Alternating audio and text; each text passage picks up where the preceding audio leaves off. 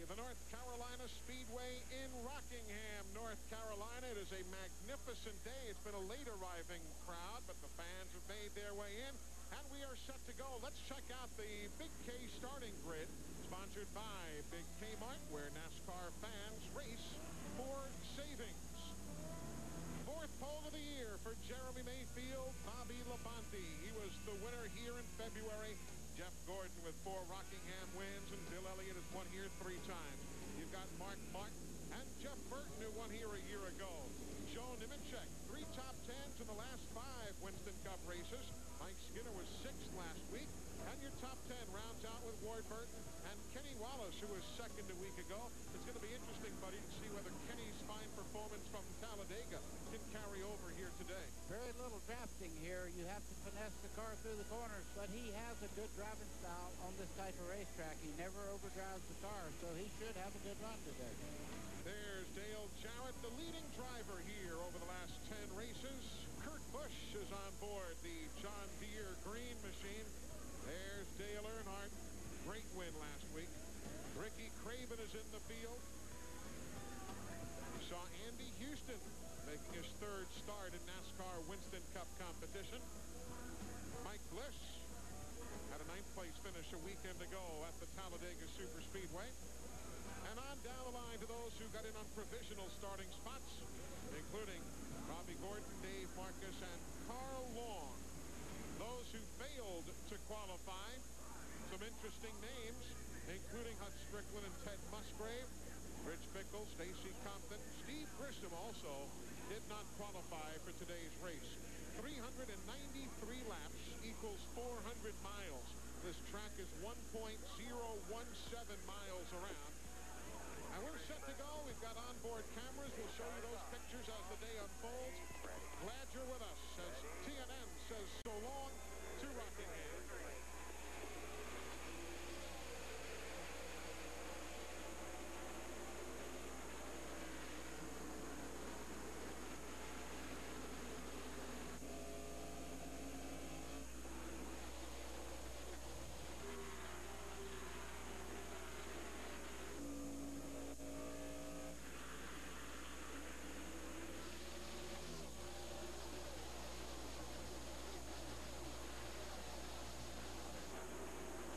Only a mile around, but they do get a head of steam up in a hurry, don't they? They certainly do that. Jeremy Mayfield is not wasting any time. You're riding with Mark Martin down the back straightaway. This is a good look. As they head into turn 3, you see Jeff Gordon in 24 there, dropping back just a little bit on the start.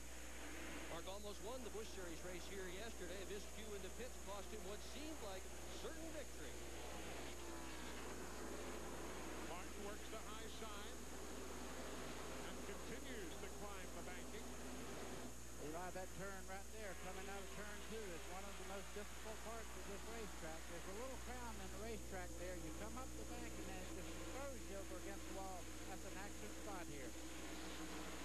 Jeremy Mayfield and Bobby Labonte trying to pull away. You see cars passing Jeff Gordon here in the number 24. That's typical. He usually lets the tires come in, lets some people pass him. That's what he's doing right now.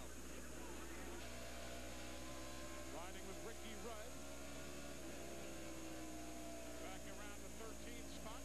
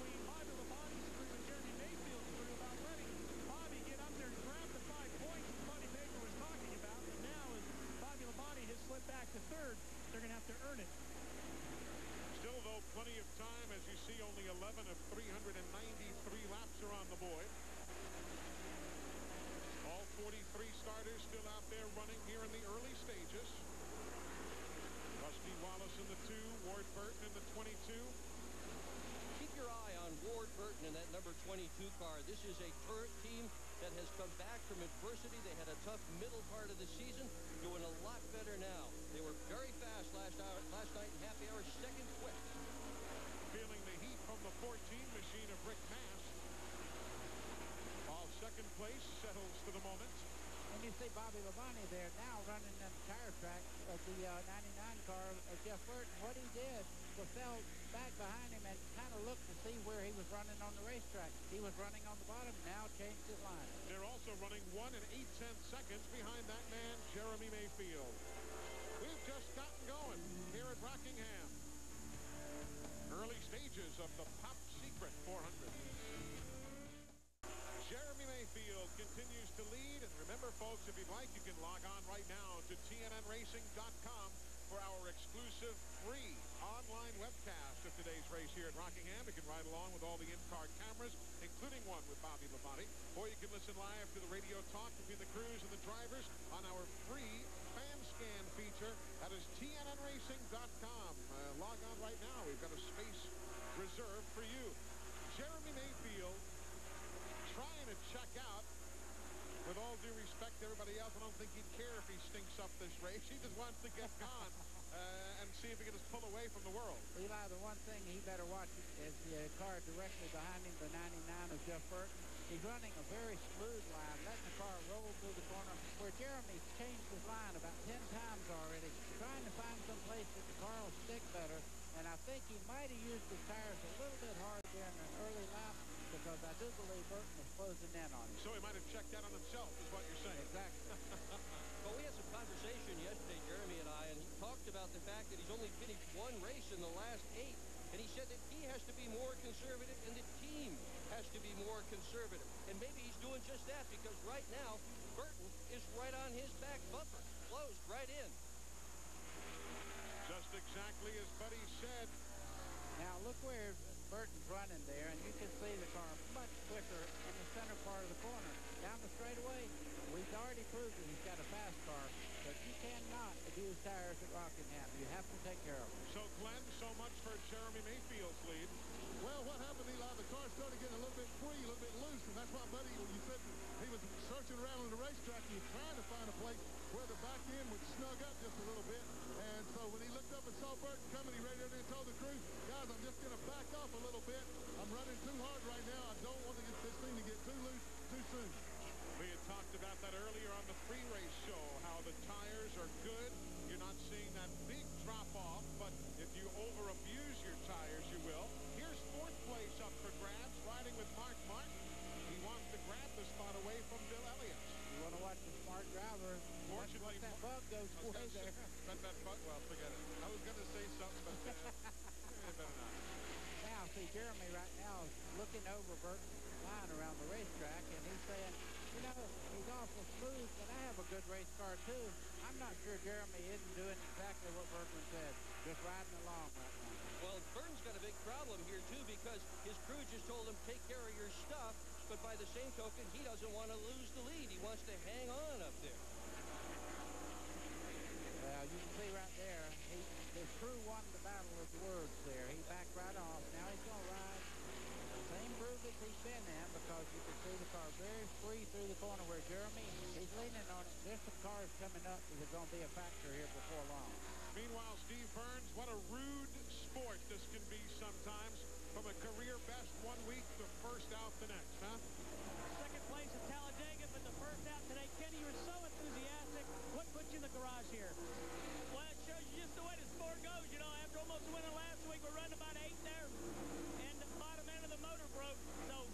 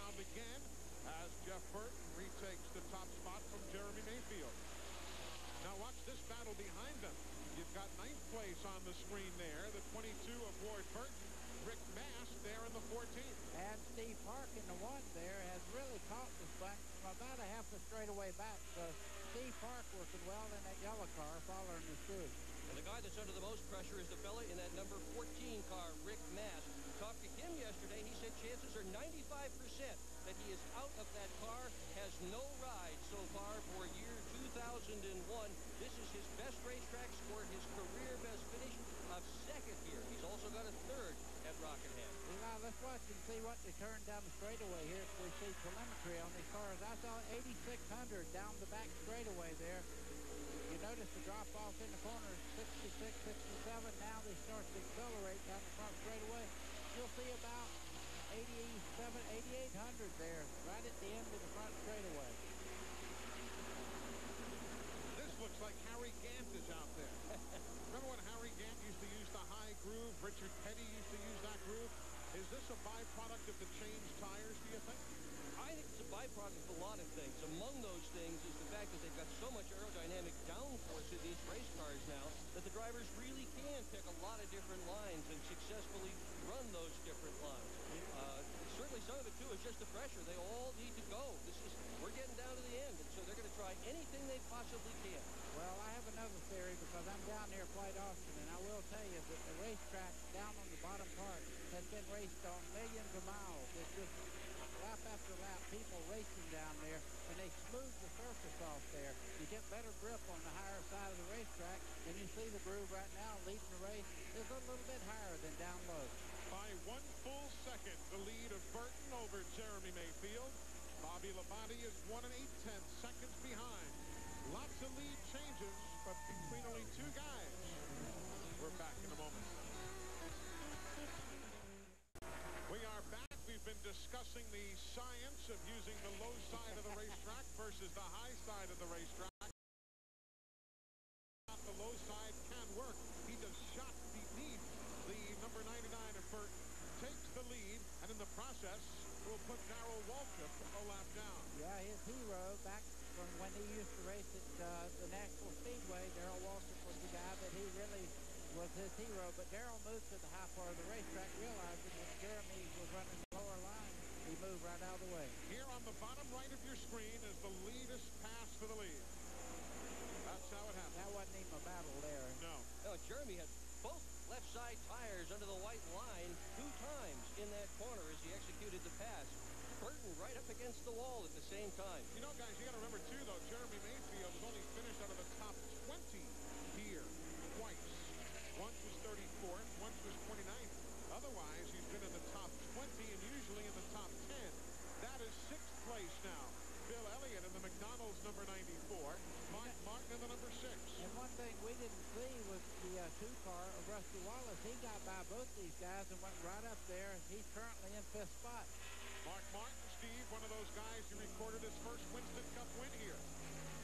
Eli, I talked to his car chief, Sean Parker, before the race, and he said because of the new tire compound, they were one of the teams going to a softer spring package, and he said they thought that the tire wear was going to be pretty good.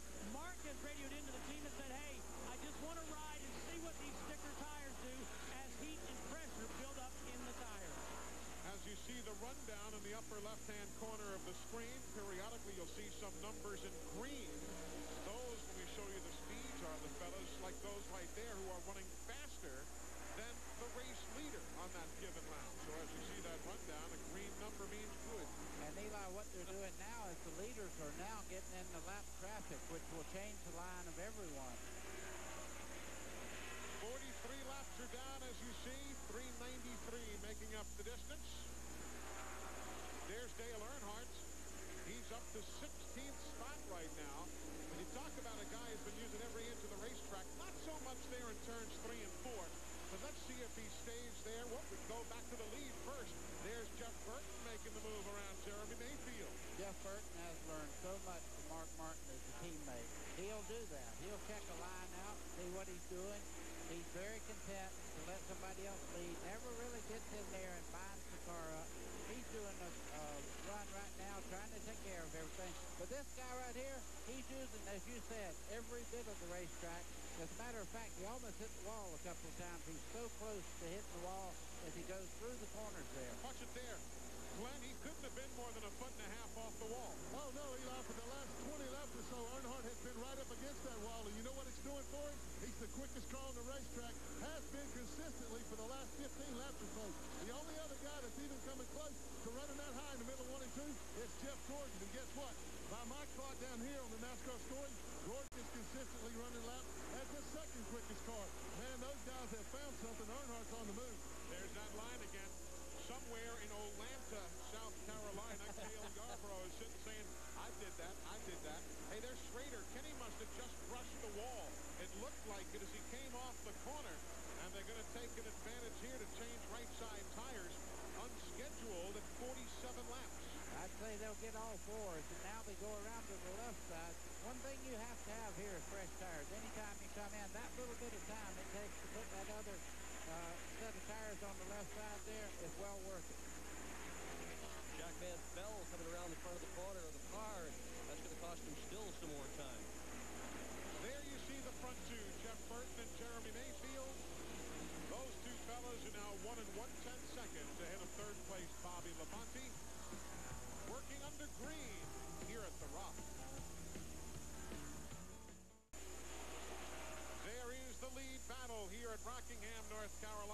Jeff Burton has that nose-to-tail battle under control for the moment, with Jeremy Mayfield running right behind him. Now, while those two guys are out there doing their thing, everybody else is jockeying for position, including that number 3 machine of Dale Earnhardt. You know, we say on TNN that we've got pop. Well, watch this pop that Earnhardt gave to Ward Burton seconds ago. Okay, it comes up on Ward Burton, and there's no horn on these cars, and to get their attention, you have to, every once in a while, say, I'm here. That didn't even wiggle the car in front of him, just enough to get his mind off. Now, talk to me about these guys searching the way they do for the groove. I mean, some guys, do you force the issue? Do you let the car go where it wants to go? Do you drive where you are comfortable? How do you find this right groove? Eli, the first thing you do is you say, okay, I'm going to try the high groove. Let me know my time. You go up there, and your crew tells you, okay, that was a lot better. Whatever you did, do it again. And you run 2 or 3 laps like that. Your spotters upstairs, they check, and they say, okay, that was a great line there. The car's working there. Does it feel comfortable? And they work on that. And as you can see right now, the 3 car, he's found something that works for him. May not work for Jeremy Mayfield, but it works for that driver. Well, Jeff Burton's spotters have been talking to him about the line that Earnhardt is taking, and Burton's getting inconsistent information. They're suggesting, one of them is suggesting, go up high. It's working for Earnhardt. But Frank Stoddard said, don't do that. Run your own line. Stay where you want to stay. Don't do what Earnhardt does. So here's poor Jeff Burton sitting in his car. He's getting inconsistent information about what he ought to be doing to try and pick a line. Well, the end result is how much time it takes you to go around the racetrack, and that's the line you really need to go for. You see Ricky Rudd right now, the middle part of the racetrack, working very well for him. He's actually catching a guy running where Earnhardt's supposed to be able to be the best. So he's running what's good for his car. NASCAR timing and scoring there in the upper left-hand corner of your screen. And why do you need genuine Napa replacement parts? Because some things can't be replaced. Napa bringing you NASCAR timing and scoring. Steve Burns, a lot of early pit stops here at lap 47, 48, lap 51, a little earlier than we expected. Yeah, and speaking of replacement parts, Ken Schrader just came in. Look at this, Eli, guys. Right rear tire going down. See the inner liner, the tire within a tire stayed up, but he lost 2 laps. Things happen very quickly here at Rockingham. Kenny Schrader 2 laps down. He is running in 34th position right now. There you see Bill Elliott going high. Ricky Rudd in that black 28 in the middle groove, along with the 14 of Rick Mast. Everybody's searching out. Now, with ideal non-abrasive racetracks, you would go roughly 90 laps here or so, even maybe a tick more than that before you come in for fuel. That's just not likely in the early stages of today's race. Well, what you've really got here, Eli, is the guys who have come in for pit stops are the guys who are running in the back of the field. The reason they're running in the back of the field is the cars aren't handling well. So they're eating up their tires much more than the guys who are running in the front of the field. And that's why we've seen so many pit stops already. They just don't want to get lapped too many times. Well, I talked to Larry Reynolds this morning. He said anywhere from 60 to 70 look for his car in the pits because they feel they can go 90 laps on fuel, but they don't think they're going to do that at all. You know, from the helicopter view, you'll really get a good view of exactly how many drivers are still searching for exactly where is best to run. We'll just take you around and you see all the different grooves. Middle groove, high groove, middle to high groove. And, of course, you've seen others running down low already today. Yeah, and a lot of times you'll find that 8 tires hold a lot better than 4. You'll lean on them a little bit getting in the corner. It just can't be avoided sometimes. Meanwhile, closer to the front, everybody again circle. Look at that, right up to the wall.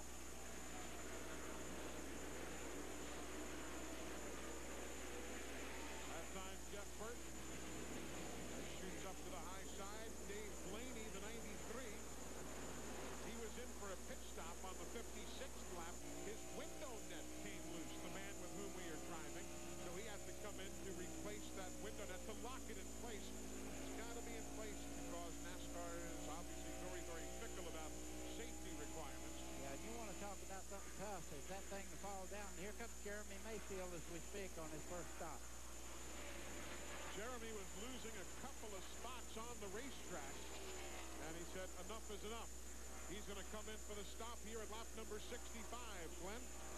Well, guys, he thought that he might have a right rear going down, or else it's just completely worn out. The car got really squirrely with him. They've been talking back and forth on the radio the last couple of laps. Jeremy hadn't gotten to the pits yet.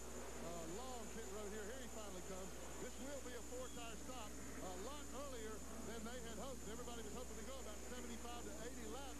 We've only been 66 so far. They're making a 2-round chassis adjustment on the car. I want to see you get a look at this right rear when it comes off. It's leaning against the wall right now. Fuel's in the car, and Jeremy's down and away at about 16.2 seconds. Pretty good stop with the chassis adjustment. We'll take a look at the tires and report back. You saw the clock on the overhead camera, brought to you by Polaris ATVs. Overdosed on civilization, Polaris is the way out. Other teams in for their stops right now, lap number 65 and lap number 66.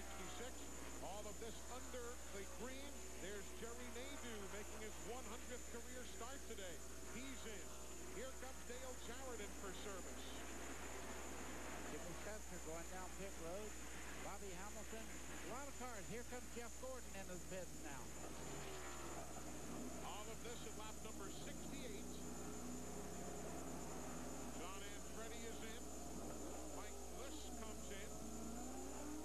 Sterling Marlin making his way on. Here comes the 31 car of Mike Skinner. Sterling Marlin is in, and Ralph Shaheen is watching Jeff Gordon's crew.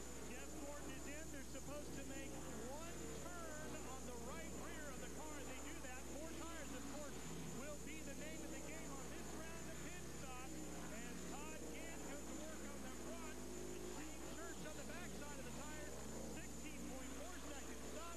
Jeff Gordon is away. There you see the exit to pit road right there front and center. Other stops coming up now, including Jeff Burton again. He will be coming in now to make his stops. So that will hand the lead over to Bobby Labonte.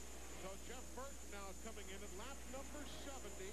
Rusty Wallace will follow his tire tracks down the pit lane. Same with Mark Martin. Ricky Rudd is also coming in for service. Likewise, Joe Nemechek is coming in. Back to Glenn.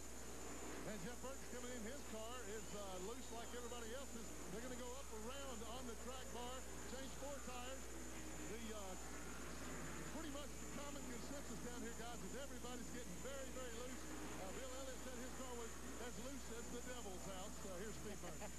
Glenn, Rusty Wallace just leaving pit road for service. Pretty aggressive stop for them in terms of chassis adjustment. They went down on some air pressure and made a track bar adjustment, as well as 4 tires for Rusty Wallace. Let's go to Ralph. Well, one of the first hiccups we've seen out of potentially the championship-winning team this year, Bobby Labonte. He slid through his pit stall, almost got tied up on the cord for the tire changer. They're struggling a little bit. Fuel splashed out of the car. They made air pressure adjustment changes. They fought their way through this pit stop. Not one of the quicker stops we've seen by this very normally good pit crew. Now, if you're keeping tabs on who has led already here on this exchange of stops, we have seen Bobby Labonte lead lap 70. That man, Dale Earnhardt, led lap 71. Steve Clark is now leading on lap 72. Meanwhile, watch the replay of Bobby Labonte's stop. Or lack of stop. He almost slid out of the box. Almost completely out of the box. Tell you, the right front tire carrier there, great athlete. He really had to turn up his speed there, get hit by the car as he went through his pit. So Steve Park cycles around, and he will now come in for service. This will be lap number 73. Ralph Shaheen is down there watching as Robert Presley takes the lead. Steve Park makes his way down pit road. He'll be making his pit stop now. They're counting him in. 6 away, they say. That's how many pit stalls he was away. Now they say, turn it in. They're going to make a quick adjustment to the chassis on the backside of the car on the right rear. 1 full turn there. 2 cans of gas, and of course 4 fresh tires, as everybody is doing. The car goes up into the air on the left side. 1 step, working the jack. Everybody's on their way. 16-7 for Steve Park. And now, as Jeremy Mayfield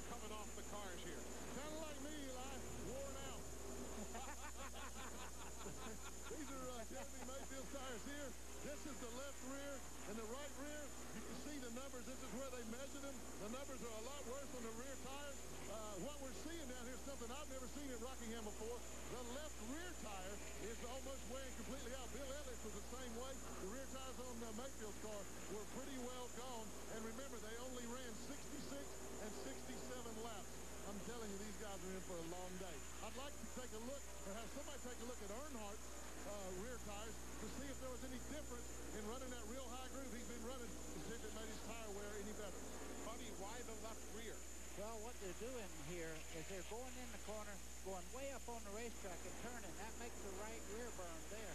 Then you accelerate. You mash down on it, and that left rear and right rear are trying to pull like that. And it's also sliding the left rear as it comes up out of the corner. I'll tell you what, this racetrack will test you out to see whether you can get forward bite or not. If you don't get forward bite, that left rear goes away.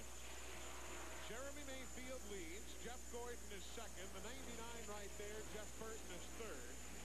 Rusty Wallace is running in the fourth spot as Dave Marcus now goes the lap down. He is running in the 41st position. We are caution-free here at the North Carolina Speedway in Rockingham. 42 of the 43 starters still running. Only man in the garage, Kenny Wallace, gone with engine failure. Super crowd, sun-drenched as they are here on this 22nd day of October. TNN live with you here at the Rock. Glad you're tuned in. Making his 500th career NASCAR Winston Cup start, Sterling Marlin just ahead of our race leader. Trying to hang in there on the lead lap. Jeff Gordon way up on the racetrack. In the middle groove there, the 99 of Jeff Burton and Rusty Wallace. These guys have really been going at it for the last little bit here. And Jeremy Mayfield now is being reeled in by Jeff Gordon. And he does that. After the pit stop, he'll drop back for a little while and then come forward as the tires start to go away. You know, he's doing that, buddy, but he said he can't do it as much as he used to do it with this new tire. Said he got caught doing that at Darlington earlier this year. Took it too easy on the brand new tires. Found himself too far back, couldn't catch up. He's going to have to be more aggressive today than he ordinarily is, but you're right. He does take it easy on the new tires more than the others. Well, he's getting past right now. He ran up on lap traffic there. That high line, he had nowhere to go. Jeff Burton going by, and now Rusty Wallace picks him off. Good battle right there as Rusty Wallace makes the move in and around the inside of Jeff Gordon and takes his spot away. That's Kevin Lepage in the 16 car there. Lepage, a lap down in 30th place. You're curious about Terry Labonte after starting all the way back. There he is. Terry going from 32nd all the way up to 11th place right now. And remember that Terry Labonte has finished 8th or better in 7 of the last 10 races here at Rockingham. Eli, I think momentum has finally got back for Terry Labonte. He had a miserable time. He was injured there at the summertime race down in Daytona. Everybody said, what in the world has happened to Terry Labonte? I talked to his crew chief this morning. He said last weekend we had our first top 5 since that wreck. And I believe that Terry's really on the upswing right now. He's confident he can get the job done. And momentum really plays a big part in this type of race. Plus the fact 6 times in his career he's led more than 100 laps on a given Sunday here at Rockingham. So he's always liked this racetrack, and that's got to help too.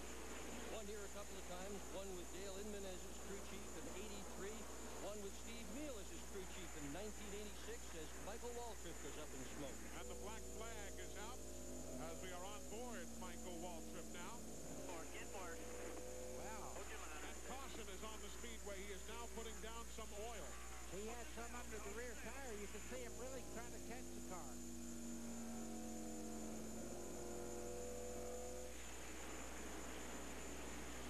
So caution is on the speedway for the first time at lap number 99 for the problems that you see front and center for Michael Waltrip.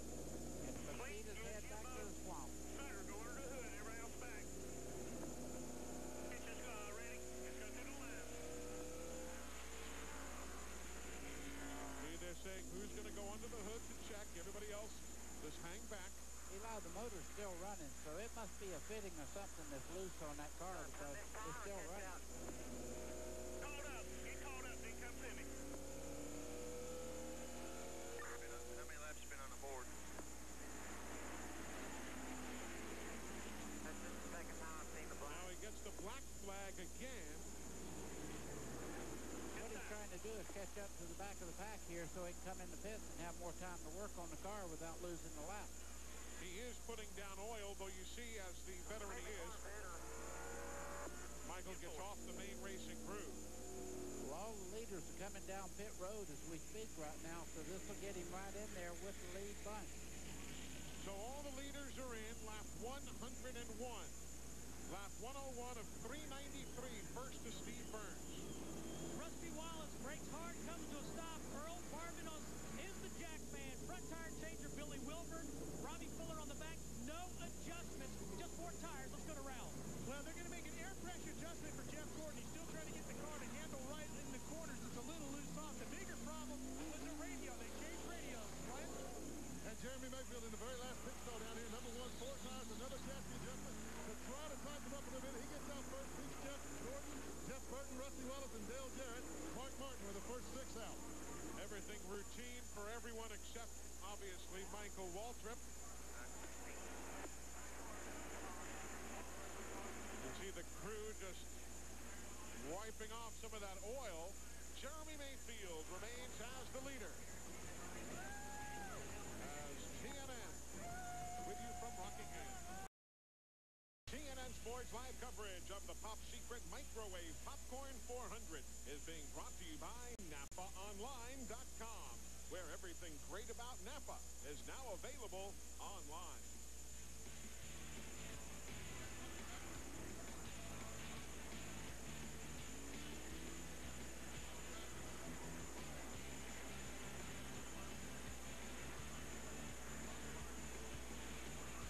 Michael Waltrip now pulling away after the loose oil line was fixed, and indeed, as you said, Buddy Baker, the problem was a fitting that held those oil lines in place. One came loose, and Michael has been able to continue away.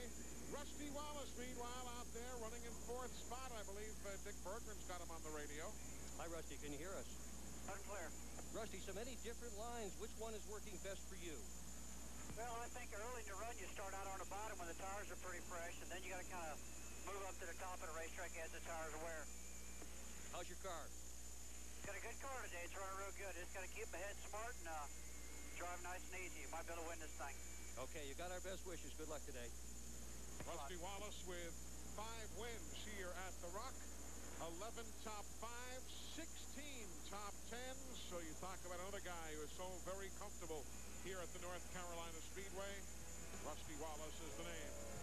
Paulie McCauley enjoying a race at the Rock. And Billy Rock. 1/2 lap away from going green. Remember to check out NASCAR online before, during, and after the race. www.nascar.com. It is your 24-hour NASCAR Garage Pass. Quick note, Bobby Labonte came into pit 5th. He came out 8th, so he lost 3 spots. Ricky Rudd came in 10th, went out 14th. So Ricky lost 4 positions. Those are some of the fellas in the top 15 and how they made their pit stops. Going green. Mayfield's going to try to check out. They're going to practice in case they have a late race caution to see if he can, in fact, check out on the field. So far, so good.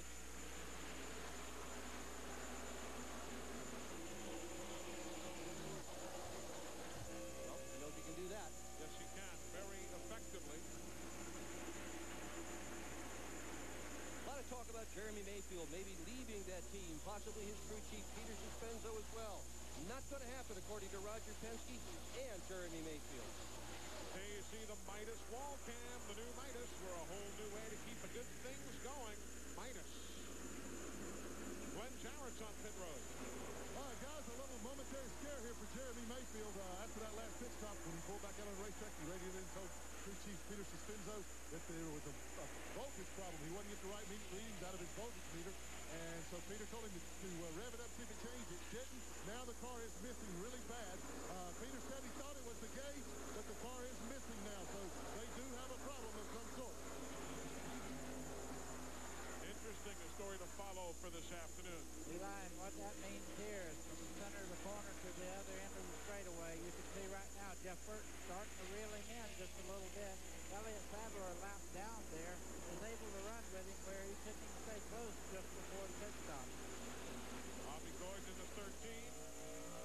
Outside of Mark Martin, with whom we're riding now. Martin is in the 6th spot.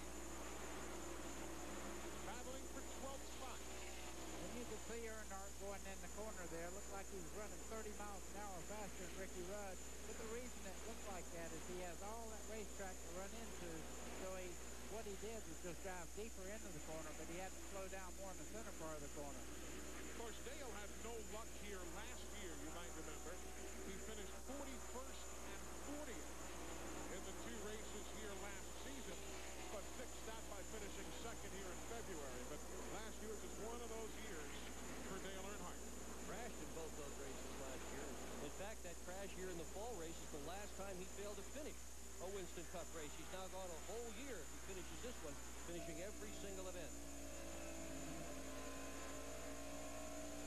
Lap 120, Mayfield continues to lead. Glenn Jarrett.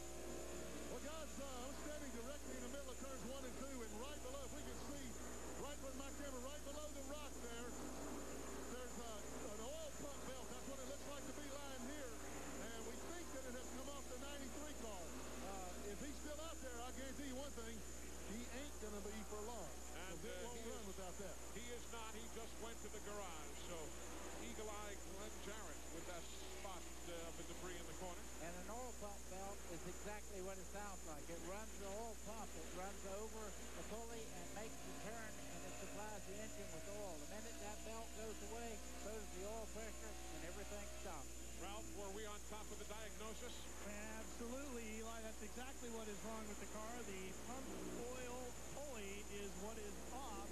The belt is gone, and they're going to have to replace it before they can put Dave Blaney back into this race.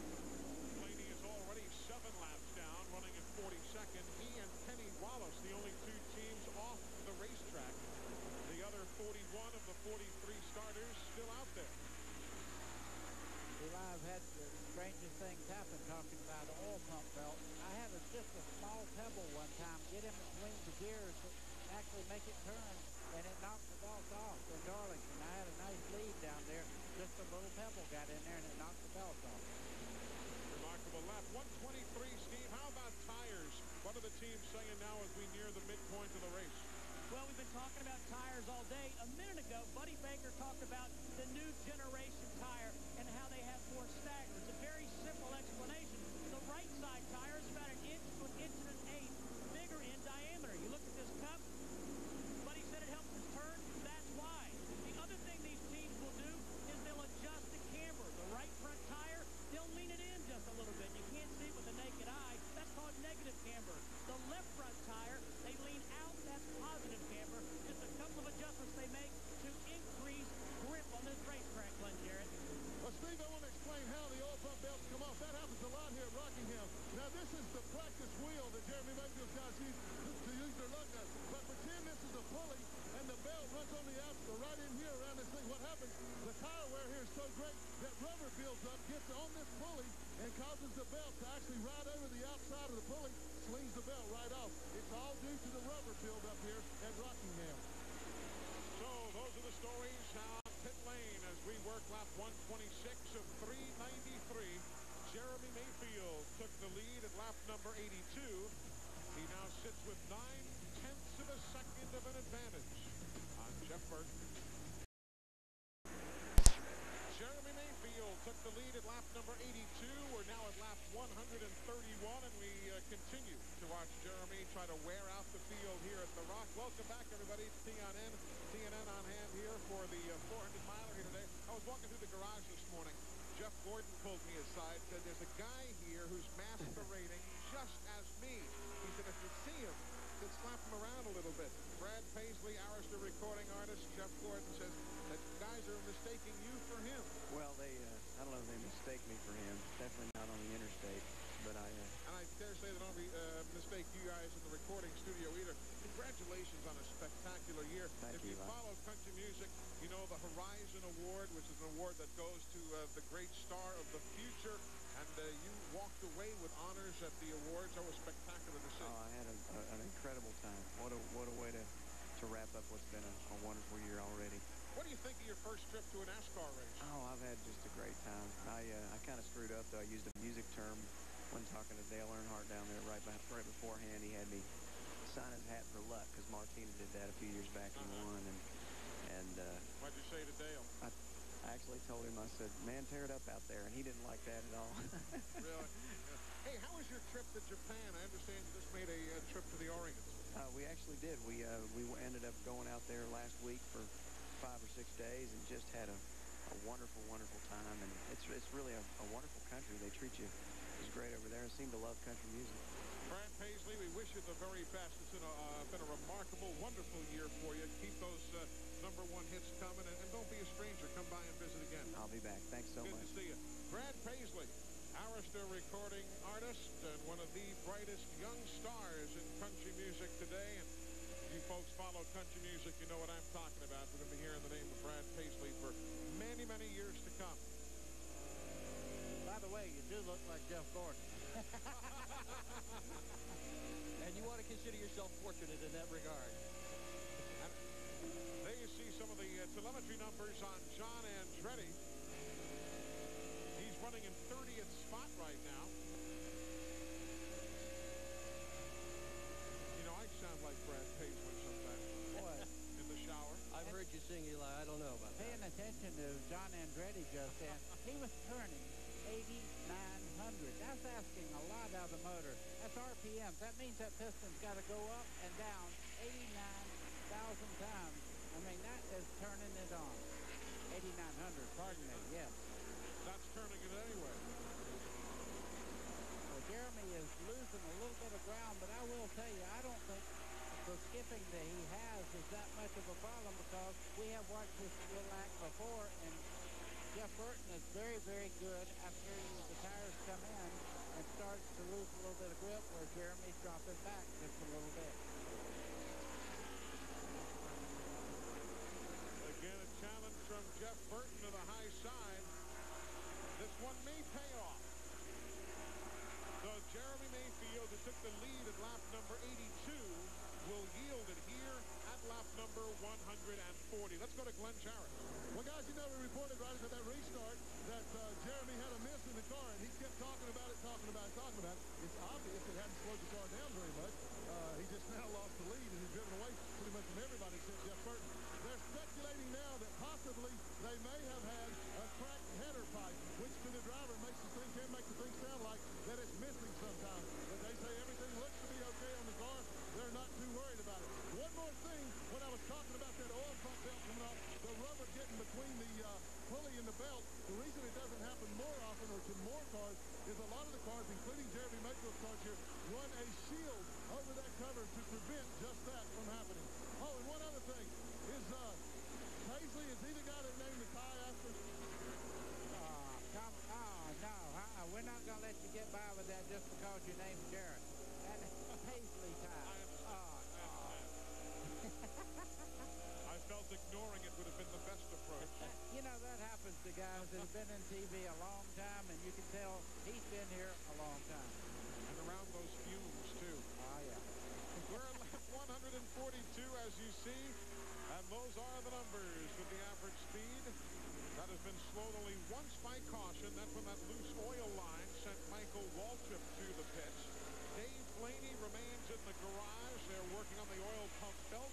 And Kenny Wallace losing an engine just 14 laps in. And he was the first retiree of the afternoon.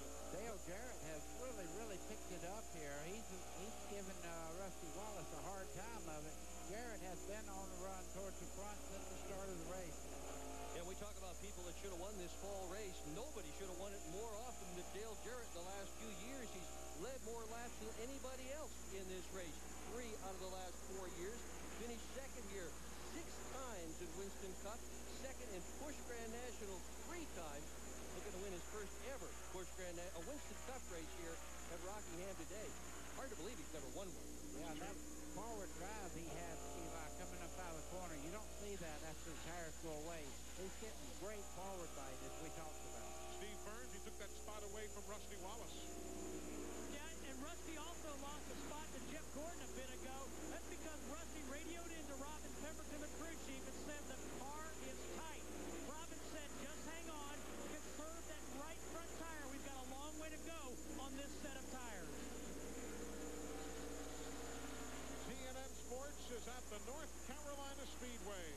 The track opened in the fall of 1965 and became the 5th super speedway to get a permanent spot on NASCAR's regular schedule. We're back in a moment. Welcome back, everybody. Jeff Burton continues to lead here at the North Carolina Speedway. TNN Sports is here live. I'm Eli Gold with Buddy Baker and Dick Bergman. Down on the pit lane, Glenn Jarrett, Ralph Shaheen, Steve Burns. We are closing in on the start of pit stops for some. Jerry Nadeau elects to make a stop here at lap number 153. But there is the second place man, Jeremy Mayfield. He is 8/10 of a second behind Jeff Burton. They are obviously at this moment among the 15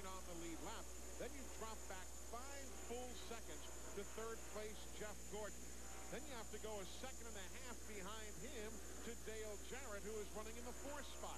So now you've got from first place back to 4th, 6 6/10 of a second separating those drivers. Next, you've got Rusty Wallace and Bobby Labonte. Pretty good scramble there, but Ralph, they're 8.5 seconds back.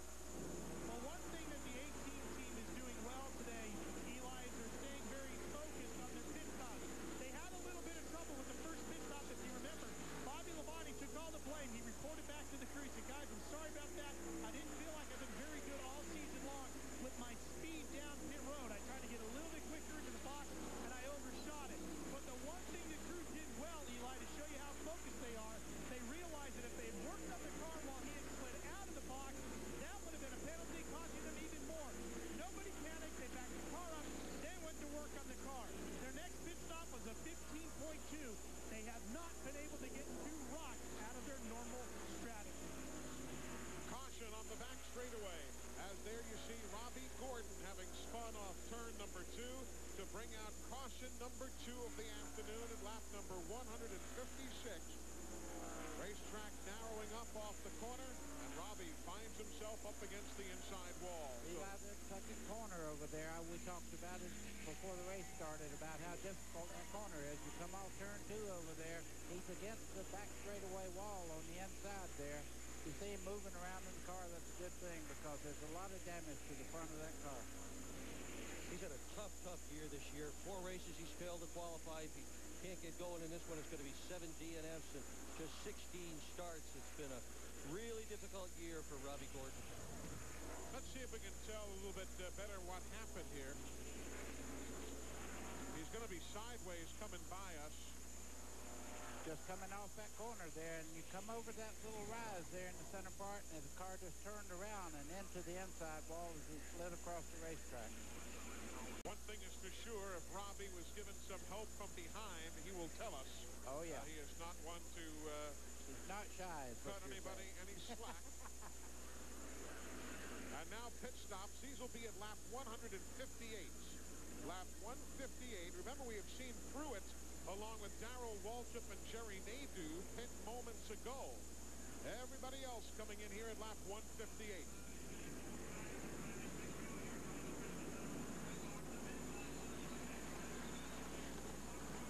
This is a good break for Rusty Wallace. He was tight. They'll take 1 pound out of the right front tire, half a pound out of the left rear tire. Try and tighten it up for Rusty Wallace. Let's go to Ralph. Half-pound air pressure adjustment on the right side of the car for Jeff Gordon. He said the front of the car has been a little bit loose, but that's all he wants to do to the car. Glenn? I'm watching Jeremy Mayfield. Great pit stop. Rusty Wallace puts them all out. Mayfield did 4 tires and gets out second. I was looking to see if maybe they went under the hood, because Jeremy still says that the car has a miss, but they did not attend to that. Only a slight chassis adjustment, 4 tires and fuel for Mayfield. So all of these stops under caution as Robbie Gordon, you see, waves to the fans and walks away from his battered machine on the back straightaway. Now as the lap cars make their pit stops, the fans are enjoying a beautiful day here at the Rock. TNN Sports live coverage of the Pop Secret Microwave Popcorn 400 is being brought to you by Team Monte Carlo. The cars more champions depend on. Chevy, we'll be there. There's a great look at the Rock.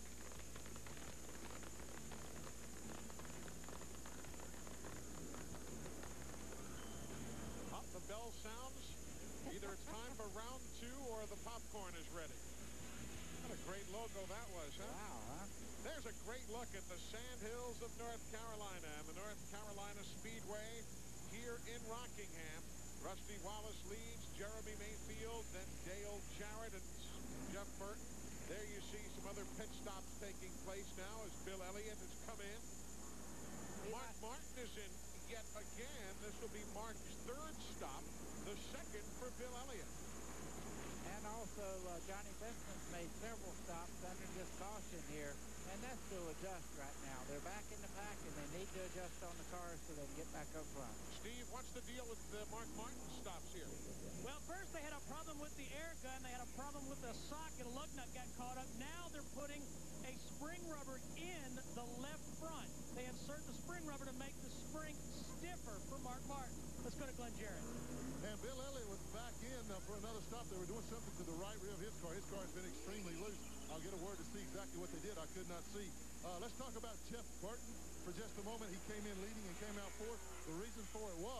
He is pitted right next to Bill Elliott. Bill was just entering his pit as they let the jack down on Jeff's car to come out. And he got blocked in momentarily there. That's why he lost the position. So Burton's running 4th. Elliott is 24th. Benson 26th. Martin is 27th. And Rusty Wallace came in 5th. Came out with the lead. Wrenchhead.com with millions of brand name auto parts and accessories to choose from. It's easy to prove you're a wrench head. Are you a wrench head? Wrenchhead.com. Parts online all the time. I've learned. Last time I called Buddy Mr. Wrenchhead, you called me Mr. Lunchbox. that name has followed me now from coast to coast and around the world. So I will say nothing at all. We continue under caution. NASCAR's got the jet out there to blow some of the debris away. There's Tony Stewart. Haven't talked much about him. Tony finished 12th in both Rockingham races last year, was 4th here in February, and now he has moved from 18th all the way up to the top 10. Let's go to his pit for an update. Well, Eli, Tony running in 10th right now is actually pretty surprising because Tony's not feeling very well today. He told me this morning as we were standing up in the transporter talking that he had been up most of the night, very ill, was having lots of different flu-like symptoms, and just was pretty weak today. But he's fighting through it. And then, Buddy, as you would know, getting in the car, Glenn Jarrett, you can start racing, and sometimes it just helps you feel a little bit better. Well, I don't know, Ralph. I always felt a heck of a lot worse after the race than I did before because I always ran so bad, but I guess that's not the case with Tony. Let's talk about Bill Elliott. We're going to tell you what happened over there when we couldn't see. They were actually measuring the track bar. They have made so many adjustments on that car today with the track bar. It's been so loose that they really kind of lost track of where they were. So they went out there to measure it from the track bar to the ground to just see how much further they could go. Meanwhile, let's go all the way up back to the front of the pack to Jeremy Mayfield. And remember, we're still talking about that miss. Peter Suspinzo radioed back to Jeremy after the pit stop. So, Jeremy, the tailpipes are nice and gray. Now, what that tells us is if there's no incomplete combustion, if there was a problem, a miss, or a cylinder wasn't firing, there would be some black on the tailpipe. They don't see that. The miss is still a mystery. And Glenn's exactly right. When the car is running properly, it looks like a snow cone almost. Absolutely snow white, the exhaust. If you're having a problem, it'll have black spots all over the exhaust system. So as the field gets the 1-to-go signal, we are closing in on the restart. Lap 166 on the board right now of 393. I was talking about the Tony Stewart situation not long ago, and when you're sick like that, when you go into a race, the more you sweat, the better you feel. The North Carolina Speedway in Rockingham. Better than it did when he first started. He was almost a lap down before the caution a while ago. Hey, folks, before we go back to green, let's remind you about Phoenix International Raceway. That's where TNN will be in just a few weeks, and they still have some great tickets left for their upcoming NASCAR weekend, November 2nd through 5th. The ticket office is open right now. It's open tonight all week long at the phone number you see on the screen, 602-252-2227. Or if you'd like, you can get tickets online 24 hours a day at PhoenixInternationalRaceway.com. So check it out. We'll see you in Phoenix, November 2nd, 3rd, 4th, and 5th.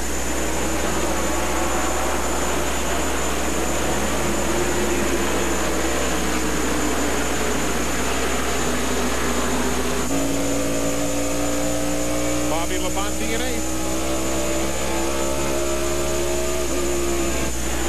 And you can see the 3-car of Dale Earnhardt just in front of him. And Dale right now would love to be up in the front and Bobby Labonte go to the rear because that point race goes on. Riding with John Andretti. He was slow to get up to start, and cars passed him on both the inside and the outside. Andretti's car not performing up to snuff right now. Let's check out some of those numbers for Andretti then. Remember, we saw 8,900 RPMs earlier from others. Still 8,800, so he's going down the straightaway. Right here's his problem. You can see in the corners there, not getting up out of the corners the way he would like.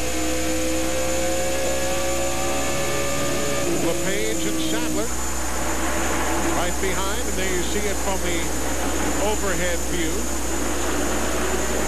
Lepage, another good driver with an uncertain future. They're looking for a sponsor for number 16. If they find it, they should be all set to run in year 2001. If not, Page is shopping for a ride. I dare say you and Ralph and everybody talked about it yesterday, buddy, how Chad Little is going back to the NASCAR Busch Series with Base Motorsports. Yeah, and we talked to the car owner of Base Motorsports yesterday, and he said we're going to run some Winston Cup also. So we're going to run, of course, the championship in Busch Grand National. A tremendous break for Chad Little. Remember how good he was in that Greg Pollock's own machine when he ran in the Busch Series? 1995, won 5 races in that car, almost won the championship. Know who took it away from him? Base Motorsports. Indeed. As they've resurrected that number 74. And then you see Kenny Schrader in the 36, the 4, Bobby Hamilton. There's Tony Stewart running in 9th place right now, working alongside the 27 of Mike Bliss, who is in 32nd. Bliss is a lap down. It's a new car for Tony Stewart, brand new car. They brought it here, did a test with it along with Bobby Labonte, and they were delighted with the performance of this car. Zippy said, Zippy, it was his crew chief, Greg Zippidelli, said it was fast right out of the box, and he anticipated a top 5 finish today, easy. Had not expected to be running deep in the back the way he has been. And he is catching Bobby Labonte just in front of him there. Dale Earnhardt, you can see right up against the wall coming off the corner as he goes by Andretti down the back straightaway. As Dick Bergman alluded, Tony Stewart did test here on October 10th and 11th. As 3rd place now is being battled for. And Jeff Burton in the 99 will take it away from Dale Jarrett. Though not without a good little battle. Jeff Burton has run incredibly well today with that car. If you were with us at New Hampshire and watched Jeff Burton lead every single lap back in September, this car, same car, trouble on the back straight. Big trouble. That's going to be Jimmy Spencer and Mark Martin getting collected on the back straightaway. Caution is on the Speedway for the 3rd time. Spencer was running in 26th, or excuse me, Spencer was running in 17th. Mark Martin in 26th. And Mike Skinner also involved there. He got his car righted and he's going around the racetrack, but there is damage in the roof flaps are up, so he's been around. There you see the Lowe's Chevrolet for Mike Skinner. Also involved, he was running in the 25th position. So 3 cars going around, lap 175. There's Mr. Excitement, having far too much excitement for his liking. Mark Martin moving around in the car. You see that's the overflow tube there. The car running very hot. When he hit the wall there, I guess it mashed the radiator flat. That car is really wrecked. Meanwhile, Robbie Gordon was involved in an accident just a short while ago. And we will check in with Steve Burns standing by with Robbie. And Robbie's already changed into his street clothes. Robbie, what happened? It's got loose out there. Tires were going off pretty bad at the end. I know it's the same for everybody, and I must have got on the gas just a little too hard and turned it around. Extremely disappointed. Needed a good run for our sponsors. All right, let's go back to Eli. All right, guys, thank you. A very honest man right there, Robbie Gordon. Pit stops now for all the lead machines. First to Ralph Shaheen. Well, no adjustments to the car for Jeff Gordon. They're very happy with the 24. They have a little problem with the left front and a minor chassis adjustment for Bobby Labonte. Glenn Jarrett? And Jeremy Mayfield already down and away. 4 tires, no chassis adjustments that time. Also, Jeff Burton just left the pits in, I believe, 3rd or 4th position. I couldn't tell exactly which. But Jeff had reported that set of tires on his car was just a little bit tighter than the ones before. So they made a slight adjustment to that. Everybody's got fresh rubber, ready to go again. And let me amend what I said that everybody pitted. Everybody did not pit. Russell William Wallace has stayed on the racetrack. And his crew chief has just come on the radio and said this will probably cost us a little bit. Now, it had only been a few laps since they were in the pits before, and they decided to stay there. Let's see if we can reach Rusty and find out why they decided to do what they did here. Take us a second to get all the electronics cooking. Rusty, it's Dick Bergman. Can you hear me? I got you. Go ahead. How come you guys decided to stay out? We just decided to stay out. That's about it. We thought everybody'd stay with us, but evidently the whole field come down pit road. Generally, with only 7 laps on the tires, you wouldn't pit. Well, hope it works out for you, Rusty. Good luck. All right. Very matter of fact right there. We just decided because that was the call we wanted to make. The reason we are under caution here on lap 175 for this incident, we watch it from the helicopter, exiting off turn 2. Little hit from behind. Looked like Dale Earnhardt Jr. from that angle got right into the caboose of Jimmy Spencer. And we'll have to see that again, but it certainly looked like he who gave Jimmy the hit. Yeah, and behind them, it was that thing we see every week when a wreck in front, you start to check up, people get involved. You watch Mark Martin right here. He'll run in the back of Skinner. Into the inside wall. Very hard. Watch it again from high overhead, and let's look and see who gets into Spencer. Looks like Earnhardt Jr. Right there, they touch. Right in this area right here. You can see there goes Spencer into the inside wall. Watch him hit almost head on into the inside wall, spinning round and around. Now, Mark Martin and these guys, Mark comes off the corner, and you can see Skinner back off. Mark didn't have time to check up, hit him in the back, and that set the chain reaction off. So certainly Mark Martin and Jimmy Spencer going to the garage area. Mike Skinner is able to continue. There's Mark Martin walking away. That's got to be a sick old feeling when it's not your doing and you get caught up in somebody else's mess. So we are under caution for the 3rd time this afternoon here at the Rock. Mark Martin, none too pleased. We're back in a moment. TNN Sports live coverage of the Pop Secret Microwave Popcorn 400 is being brought to you by Budweiser. With the crisp, clean, refreshing taste you'll find in no other beer. This Bud's for you. Welcome back, TNN. Its final visit to Rockingham, and we are happy to be with you here this afternoon on a beautiful day. Let's clarify quickly. Rusty Wallace figures he's 7 or 8 laps off everybody else as far as tires, and you're at home saying, oh, heck, he pitted at 158. Now this is 176, 18 laps. Remember, though, 10 of those laps were run under caution because of the accident involving Robbie Gordon. So as far as real racing laps, let's see what 7 or 8 laps of a difference means, if anything.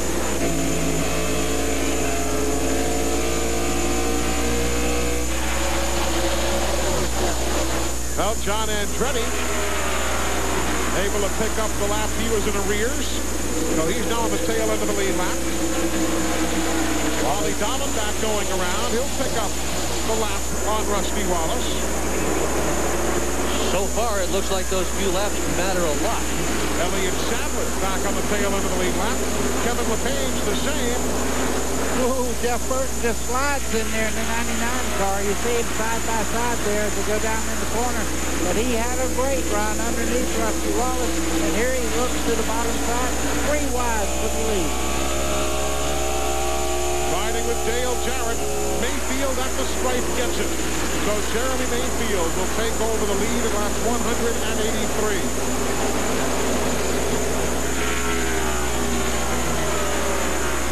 Moments there, Rusty's spotter was saying inside and outside. They were trying to get him on both sides, which is the worst of all possible situations if you're the leader of the race. Jeff Burton grabbing second. Meanwhile, in the infield, Steve Burns with Mark Martin. And Mark Martin has just come out of the infield care center. Let's check out and see how he is. Mark, first of all, are you okay, and what happened? I'm fine. I don't know. Just aggravated. I don't know. There looked like a wreck starting to happen up in front of me there. I couldn't see it. I had a windshield full of the 31 car, so I don't know what happened. We just got behind on a pit stop. That's what happens when you do that sometimes. He doesn't have to say much more than that. The frustration just ringing through his voice. Now let's see. Dale Jarrett's gotten by Rusty Wallace. Jeff Gordon trying it as well. So now we know what 7 laps of abuse on the tires means here at Rockingham. And also you question why they put 4 tires on these cars every time they get a chance under caution. They get so much better grip. I can't begin to tell you. It's like almost 3 to 4 tenths a lap. Fresh tires against the old tires. Look at this. Riding with John Andretti. Remember, though, it's usually follow the leader, and that's precisely what Rusty and his crew chief, Robin Pemberton, had expected. The usual, follow the leader. If he stayed out, they expected everybody else to stay out. Anywhere but Rockingham, I got to tell you, I get tired every chance I could get. You see, right there, Ward Burton getting by also. Rusty's falling back. If you've lost track as to exactly where your favorite is, like Dale Earnhardt or whomever, just follow the timing and scoring there, the upper left-hand corner of the screen. Brought to you by Napa. You will want to find out why you need genuine Napa replacement parts. Simple, because some things just can't be replaced. Napa, bringing you NASCAR timing and scoring. That's fourth place, the battle on your screen. I tell you, watch Ward Burton in that 22 today. He's good. Seventh place right behind there, Ricky Rudd in the black 28, Earnhardt in the black 3, then Tony Stewart in the orange 20, Steve Hart in the yellow and black number 1. They're all battling for position. So too the green 18 of Bobby Labonte. And Tony Stewart, anybody that watches him all year long, he stays right on that white line, down lower than anyone else on the racetrack, and it pays off for him. They get in a little bit faster, but when he picks up the throttle, that car really accelerates from that low line. Oh, look how close Ricky Rudd came to the wall. Just about nudged it. That's about as close as you can come and not hit the thing. Tony Stewart makes the move and grabs a spot away from Ricky Rudd up in the 8th position. See how close they get to the wall this time. This is just perfect for Earnhardt. He's used to running on the old Bias-Fly tire where you would use the whole racetrack up. So this is nothing new for him. This is old turkey. He just goes up there and turns the car left right against the wall and just rockets off down the straightaway. Hey, Ralph, this pack of traffic is looking like Talladega. Well, before we go to Ralph, caution on the back straightaway as Terry Labonte has some problems after running so very well earlier, and he will bring out the caution flag. Terry Labonte, who is running in the top 20, now brings out the 4th caution of the day. Ralph, I was about to say that pack of traffic looked like some of those drafts at Talladega yesterday, or last weekend. Eli, this is going to be really interesting, this next pit stop, because things are getting very, very tense down here on pit road between the 18 team and the 1 team. They've been in each other's faces after each pit stop, doing a lot of pointing and a lot of pushing and a lot of talking loudly at each other about giving each other room down here. It's a little tense down here, and they're pitted right next door to each other. They're looking over each other right now as they're up on the wall, hoping that they'll give each other enough room to play this pit stop the way they want to. And you saw they're coming down together, too. Park and Bobby Labonte are nose to tail in 10th and 11th. So everybody making pit stops. You know who this is a big old break for is Rusty Wallace getting fresh tires now. Saved his day. He's saying thank you for that caution. He needed it. Let's watch this here. Let's see if Ralph will be enough to report this or if we have to bring in the fight doctor, Bertie Pacheco. Ralph? Here they come, Eli. The 1 dives in and the 18 right behind him. Now there's been conversations about which way the 1 rolls tires back and so forth, and whether or not the 18's going to have enough room. So far, everything has been clear. Crew chiefs have been talking, team members have been talking to each other, trying to keep things calm. The cars are going to finish about the same time. Bobby almost slides around, taking the back end of the 1 out. This time, things go pretty smooth, and everybody goes back to their benches. I love watching pit stops.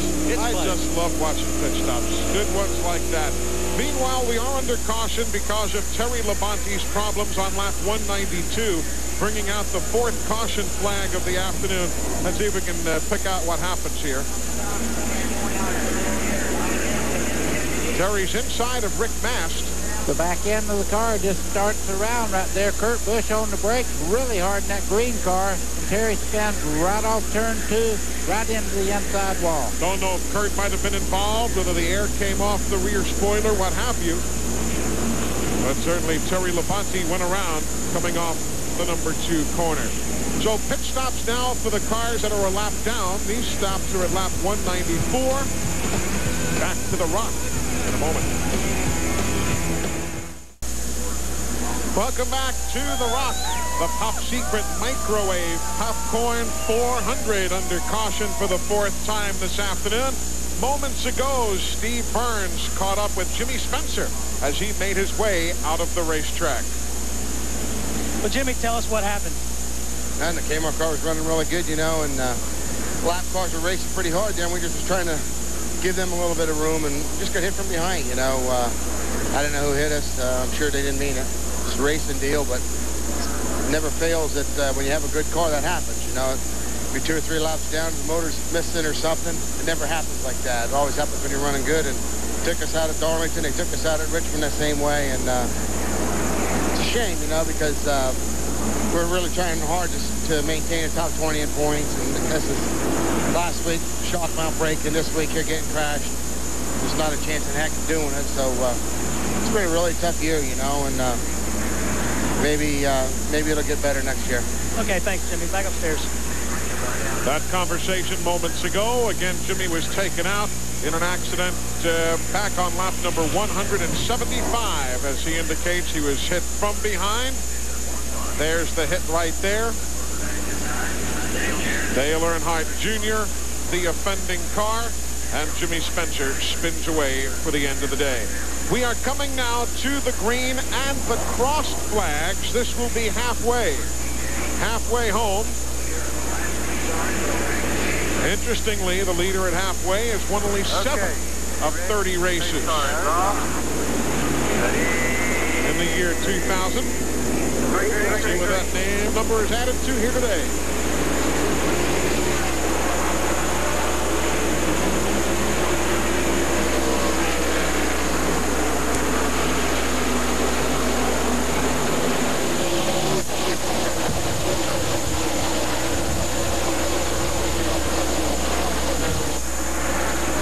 The battle for the lead, as low as you can go on the racetrack.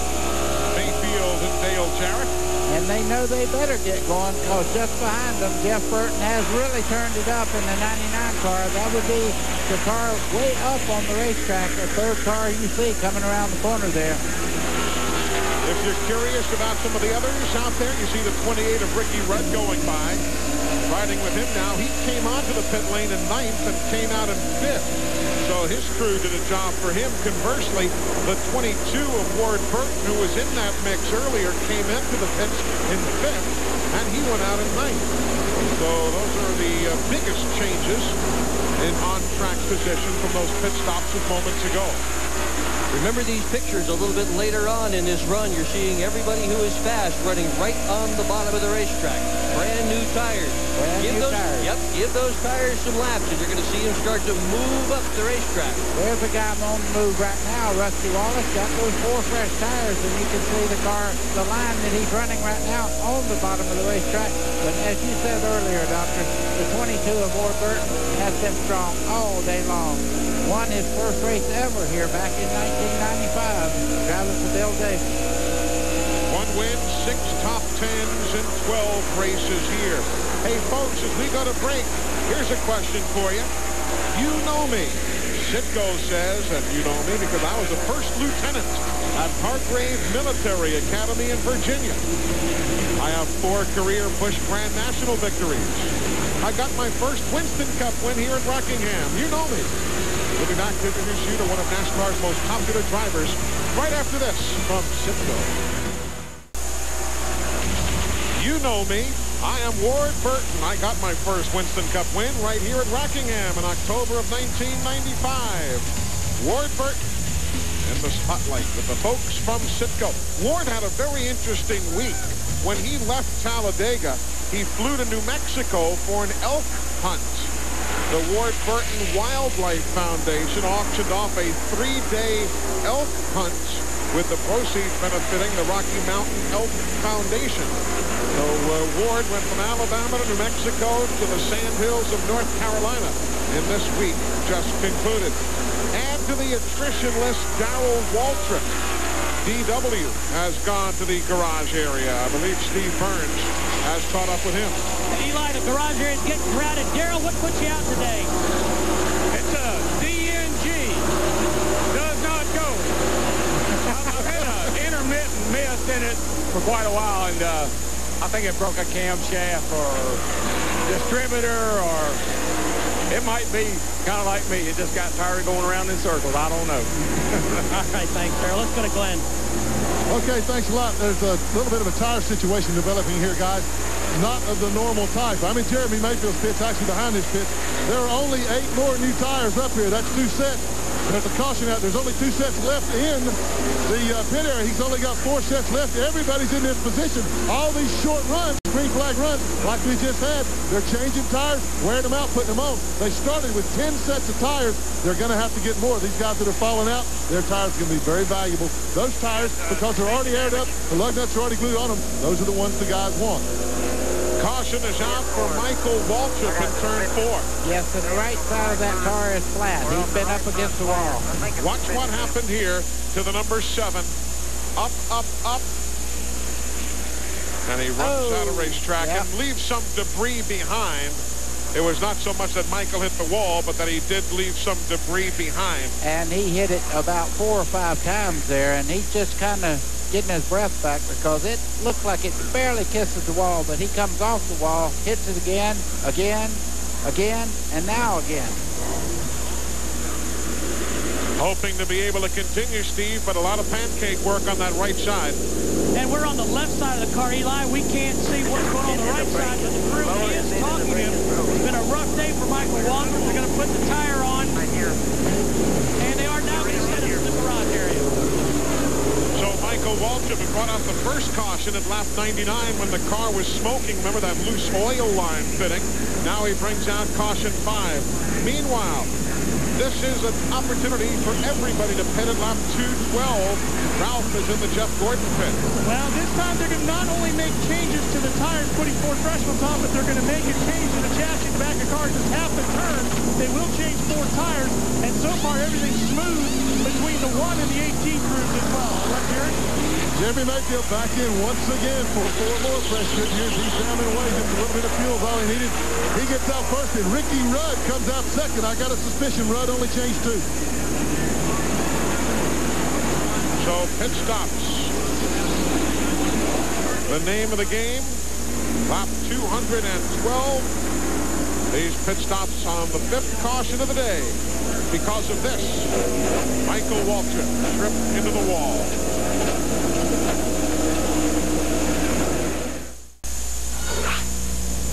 From Chesapeake, Virginia, Ricky Rudd, one of the most tenacious racers this sport has seen. He won here in Rockingham in October of '96, that day keeping his streak of wins alive at 14 years in succession. It is, however, a smile and a victory lane wave we have not seen here in the year 2000. But Ricky came onto the pit lane in 5th spot, goes out in 2nd place, and there you see how he has fared in the 400-mile races here at Rockingham. Glenn, a good pit stop for him to get him up to 2nd. Well, Eli, you're going to have to slap my wrist and step on my toes. I suspicion that they might have only changed 2. They did not. They changed all 4 in 13.5 seconds. An incredible pit stop under the gun there. My apologies to the Robert Yates number 28 crew for even thinking that they might have only changed 2. It was a 4-tire stop, and these guys are pumped up. The race car's been pretty good. It's gotten better and better, so they think that Ricky might have a chance picking up that first victory for Robert Yates Racing. Meanwhile, Dale Earnhardt Jr. now with another pit stop. He came in with everybody and then pitted again. He has dropped all the way back, Ralph, to 26th. Why that 2nd stop? Eli, they wanted to fix a fender brace on the left front corner of the car. So they brought it back in, raced it back up, sent it back in. So there's the update on Dale Earnhardt Jr. going back to green on the lead lap in 26th position. What are you hearing about Jeremy Mayfield's power plant, Dick Bergman? They're saying on the radio that the engine is running better. It's not that they've said the skip has gone away. The skip is not as bad as it has been before. Jeremy says he doesn't understand that, and if we do either, do we, buddy? No, I certainly don't. I will tell you this. If I ever had one skip, I'd want it to skip like that one's doing because it's able to lead the race. It's skipping on all 8 real good, isn't it? Yes, it is. Labonte is in 9th. The NASCAR Winston Cup Series point leader. Remember, if he finishes 10th or better in every remaining race, the title is his, regardless of what Dale Earnhardt does.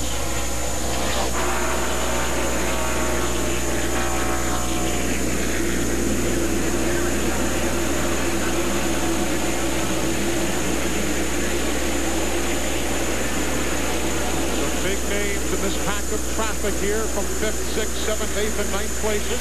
And that red car on the inside there, that's Andy Houston from the truck division. He will be in this car full time next year, so they're giving him a little bit of seat time now. Doing a very good job, getting a lot of time on the racetrack, and as you can see, not that far off the good cars. He's a rookie who has earned his way into the Winston Cup Series through the Craftsman Truck Division. Has been a strong driver there. Paid attention to what he needed to pay attention to. Won a bunch of races. Here he is. He's giving Nadeau a hard time, though. He moved right up in front of the 25 car there, Gary Nadeau. They almost made contact. Of course, they are running for position, Houston and Nadeau. They're 31st and 32nd, 2 laps down. So, it's not like either man is necessarily in the other man's way. They are running for position. There's 7th place on your screen. Dale Earnhardt. The 2 of Rusty Wallace. The 43 of Andretti. He's a lap down. John is in 28th. But he does give us a good view of the action. John's car just did not run well for him today. Brett Bodine in the red car, number 11 there, and just behind him, you see Bobby Labonte just struggling right now at the moment, not up near the front. If you're just tuning in, Kenny Wallace went out with engine failure on lap 14. Dave Blaney went out with an oil pump belt that went away on lap 115. Robbie Gordon was in an accident at lap 156. Mark Martin and Jimmy Spencer were involved in a tango lap 175. They went out then. Terry Labonte in an accident went out at lap 192. Darrell Waltrip's car just would not run, and he went out a short while ago. And then Michael Waltrip with that trip into the wall at lap 210. Steve Burns, good battle between Earnhardt and Rusty Wallace. Yeah, there might be an interesting battle to follow up on what Glenn Jarrett said about the tires between those two teams. I was in Rusty Wallace's pits for a bit watching his stop. While I was here, Kenny Wallace's tire guys dropped off 4 sets of tires. Of course, you mentioned a second ago, Eli, that Kenny dropped out on about lap 14. He said, I tried to sell these tires, but I'm just going to leave them here in the stall for one of the trucks to pick up after the race. But by the time I got back here, those tires had disappeared. And guess where they wound up? Not in Brother Rusty's pit, but in Dale Earnhardt's pit. Wow.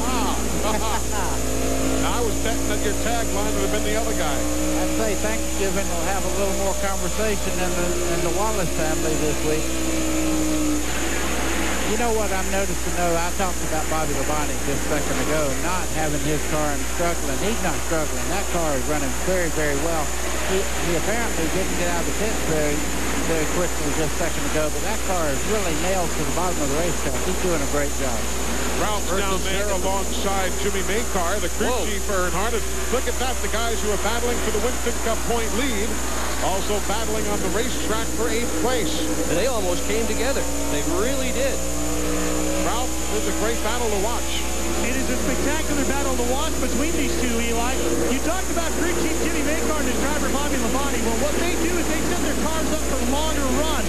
The last 2 runs have been 15 and 20 lap runs, not long enough for the 18 to really come in. They're hoping for long runs here today at Rockingham. Now, the other smart thing they did was they figured there would be a tire problem here today, so they brought 14 sets of Goodyear tires with them today. So right now, they're not so concerned about having to get tires from other teams. Got a plan ahead in this business. Oh, yeah. Absolutely. You know, as you watch Bobby Labonte run as hard as he is running right now, you might wonder why he's doing that, why he doesn't just back off and ride around a little bit. After all, he's got a 210-point lead, and if anything's going to cost him the championship, it'll be having an accident or something of that nature. But Bobby's attitude is he's not going to change anything. He's driven strong, he's driven hard, he's driven aggressively all year. That's gotten him here. He's afraid if he changes anything at all, that it may cost him more. There's 3rd place up for grabs, Gordon and Jarrett. They're 2.5 seconds behind the leader, Jeremy Mayfield.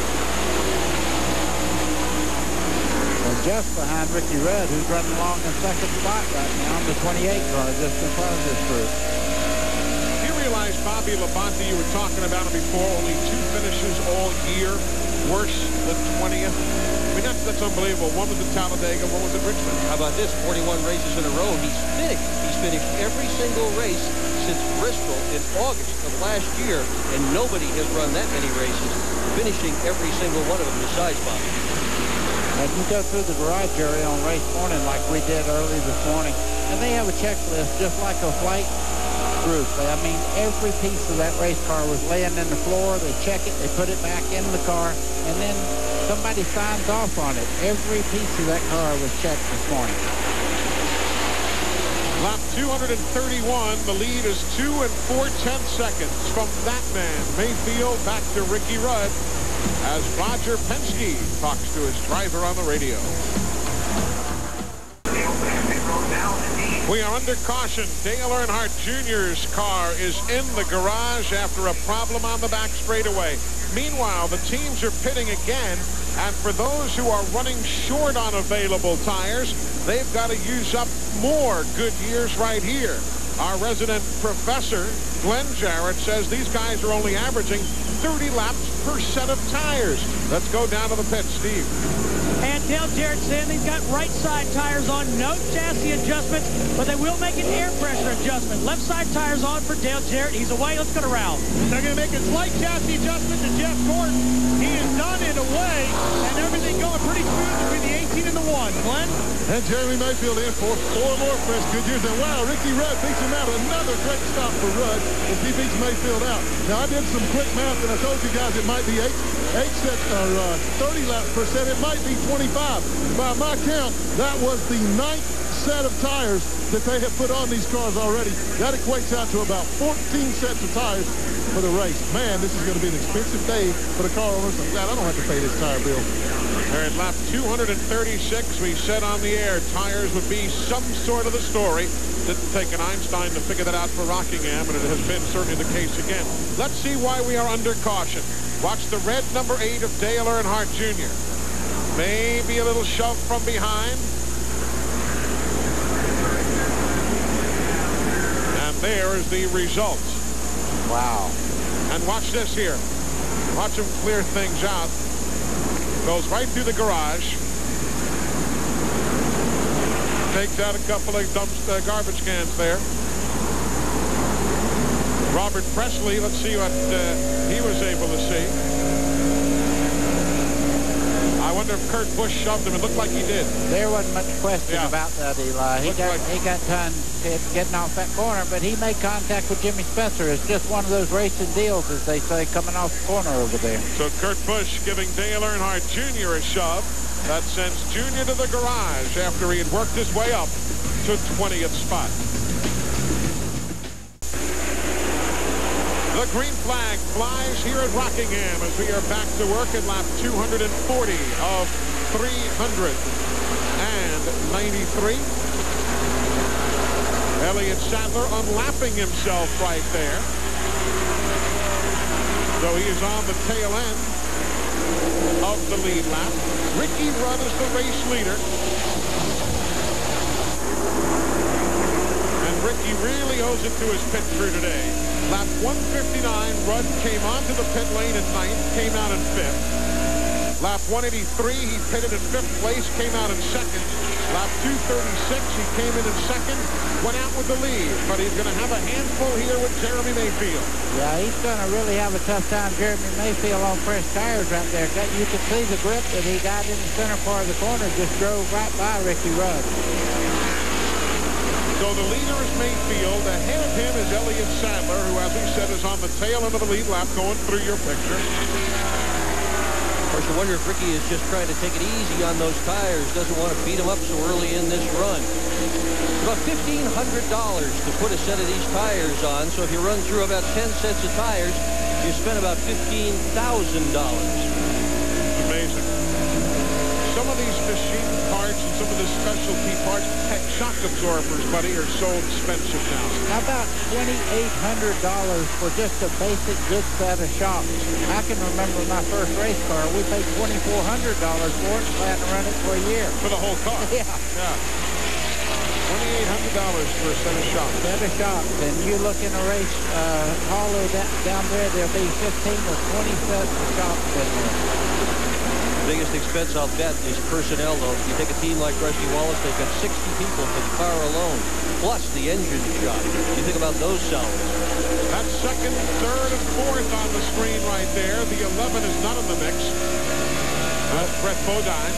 And Rusty Wallace showing a tremendous amount of power in that number 2 car there. He and Jeff Gordon right now making that lower line work. Rusty's got a great car down the straightaway here today. Rudd running in second position. Had a second place finish already this year. You know, this guy has been lurking around the top in front of so many races. It's almost guaranteed he's going to win one soon. The deal is win it this year before the calendar flips. You know, one thing we need to establish here, we were talking about tires and this team getting tires and that team.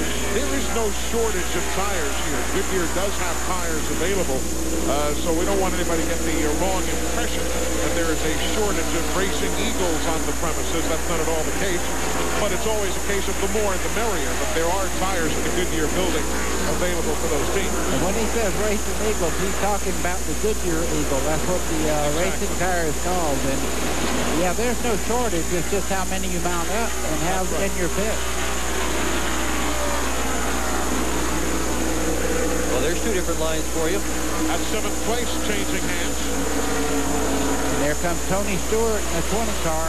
We haven't talked that much about him, but that car is working right on the bottom of the racetrack, and that's this little groove, and everybody else is starting to make that upper side or try to make it work, but he is flying around the bottom. Buddy, was it tougher racing a man who is 3 lanes away from you versus, for instance, like we're seeing Stewart and Ward there? Was it tough getting a good perspective if you're racing a man who's up against the wall while you're on the apron? A great point. The one thing you have to do is run your groove and forget about that car on the high side. If you watch him, you'll overdrive the car trying to keep up with a guy that has more racetrack to you.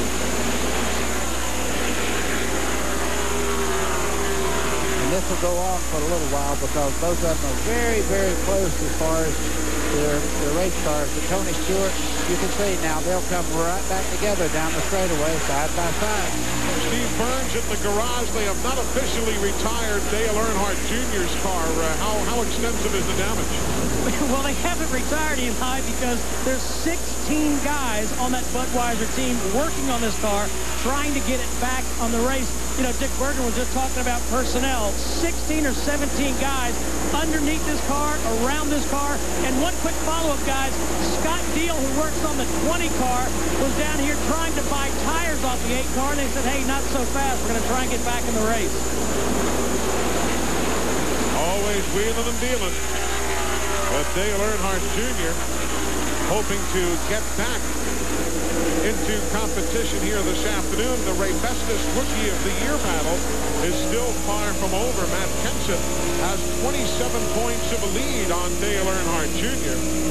He'll really pad his lead on Dave Blaney today because Blaney will finish 42nd.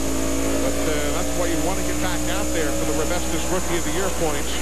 Kenseth and Dale Earnhardt Jr. still very much in a pretty strong battle. Kenseth right now running in 17th spot. Jeremy Mayfield by 2 3/10 seconds. He's got the lead on Jeff Burton. TNN Sports live coverage of the Pop Secret Microwave Popcorn 400 is being brought to you by the Wide Track Grand Prix by Pontiac. Wider is better. We are under caution here at Rockingham. Kevin Lepage and Sterling Marlin tangled in turn 3. We'll get back to that in a moment. First to Ralph Shaheen. Bobby Labonte has been working on his entry into the pit box all afternoon. He's gotten it smooth and perfect this time. They're going to do a ½ pound of air pressure in on the left front, a ½ pound out of the left rear. They're hoping this racetrack gets slicker. Bobby says that'll separate the men from the boys today. What? Well, Ralph, we've moved down to Ricky Rudd's pitch this time. We wanted to see just how they were doing it. This stop was not quite as quick as the last one, although he did pull off a 14.18 stop, and he may have beat him out for the lead again. I'm telling you, these guys are doing an incredible job. Jeff Burton, meanwhile, was also in for 4 tires and a slight chassis adjustment. The last 2 sets of tires, Jeff has not liked quite as well, so they're still adjusting on his car just a little. So that's what's happening down in the pit lane. The reason we are under caution is for this tangle up in turns 3 and 4. Sterling Marlin and Kevin Lepage. You can see right there Sterling's car breaks sideways as they go in. He takes the 16 of Kevin Lepage, and they had major contact there going into turn 3. And Sterling is driven away. Kevin Lepage climbed from the car under his own power.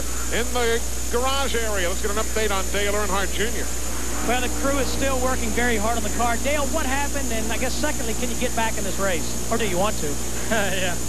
I don't know if I want to, but we're going to try and fix the Budweiser Chevrolet. We got a little help from Kurt Busch, but I know he probably didn't mean to do it, so it's cool. I won't go back out there and try to kill him. But we had a good run. Thanks, Dale. What a comment. He said, I won't go back out there and kill him. Holy cow. Nothing else to say other than we will be back to Rockingham right after this.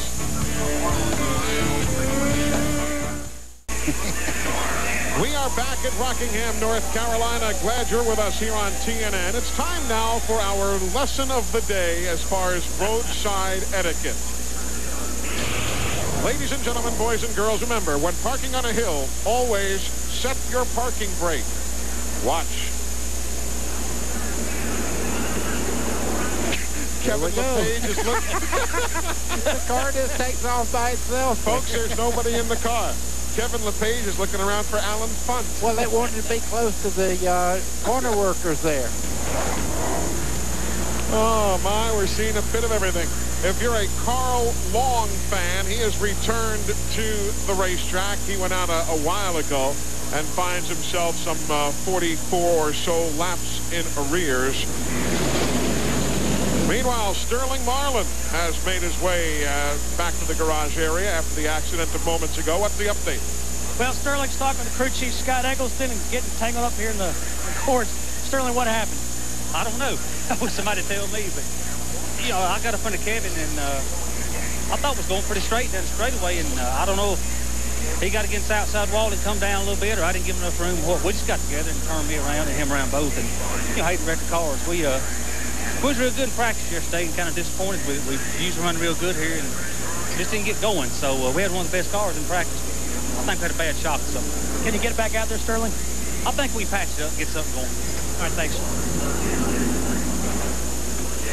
We're watching the Carl Long car. He just came back out of the garage. And now they can't crank it. And you see the NASCAR official saying, get back to the garage, crank it back there, and then you can come back for more. There you see the pit summaries. No major changes there other than Jeremy Mayfield, who goes from the top spot third. We're back in a moment. The field will again get the one-to-go signal. They had gotten it moments ago, but then the determination was made that there was too much speedy dry up there in turn 3. There's Wally Dallenbach. I want to give him a tip of the hat here. Started 33rd. He's up to 11. And that could be one of the very best runs of the year, certainly. He only had one top 10 finish all season when he finished 9th at Watkins Glen. So old Wally doing himself proud today. Well, he's got a little extra help. Mike Beam has joined that team as team manager, effective with this race. Mike's one of the best there is. That'll help anybody. Left the Wood brothers earlier last week. Meanwhile, with all these Goodyear tires being used, Steve Burns has gone in chase of Phil Holmer, who's in charge of the Goodyear operation here at the racetrack. Steve? And Phil, you guys are awfully busy down here. You have enough tires? What's the situation? Yeah, we're in fine shape. We started the race with 300 aside, and you'd have to mount tires the entire time of the race to mount up that many. So we're okay. There's a lot in here. Okay, thanks. They've got 2 trucks opened up, guys. They're mounting them up as we speak. All right, there you see the work going on. You see all that speedy dry up there? They have put the lights on again. Jeff Gordon is now going up there. They're asking the drivers to go up near the wall. Dale Jarrett helping out. They've asked them to try and disperse some more of that speedy dry. That's where Kevin Lepage's car was resting moments ago. They'll try it again. We're again a lap away from racing. We are now back for the restart. Green flag in the air, lap 265. Michael Waltrip has rejoined the race. After hitting the wall earlier today, he is 53 laps down, but he is back out there and competing yet again.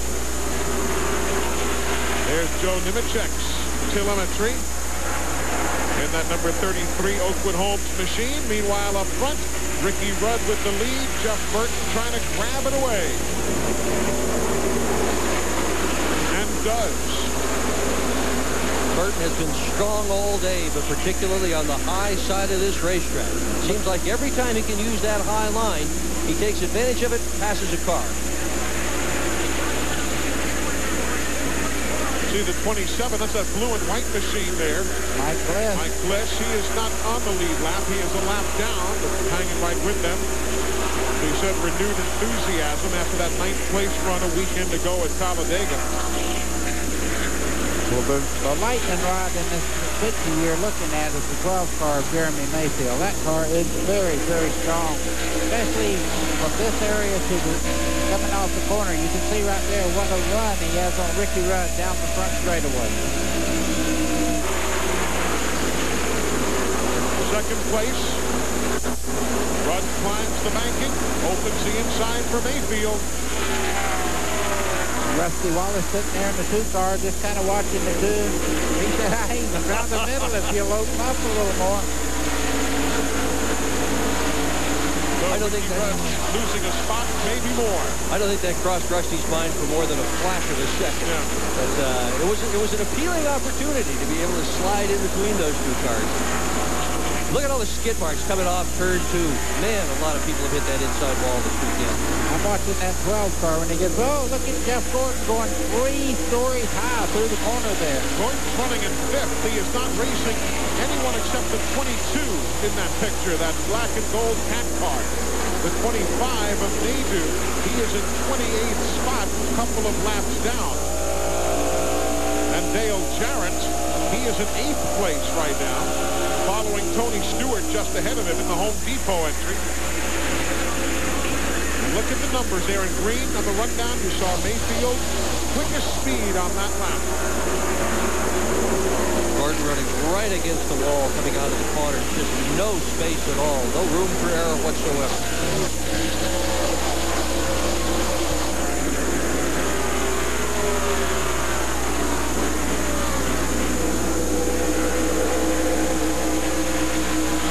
Saw the 43 Andretti on the low side of the racetrack. He's not on the lead lap.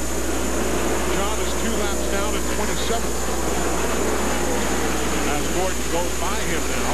Remember, Gordon is battling the 22 of Ward Burton.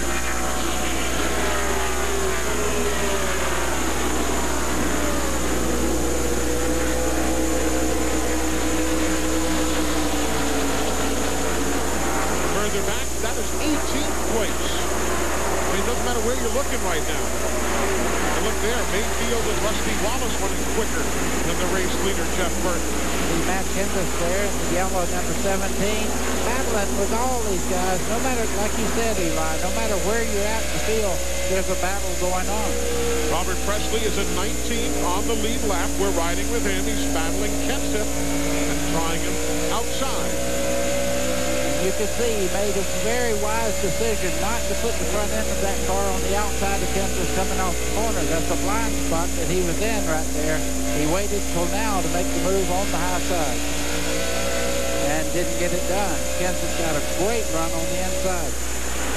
Up front, here's the battle for the lead.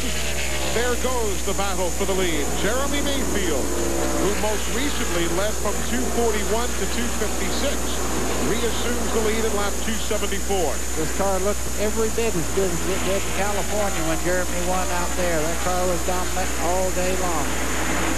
Back to that battle there in 16th and 17th. Kenseth is there. 77, Robert Paisley. 31, Skinner. He's in the mix as well.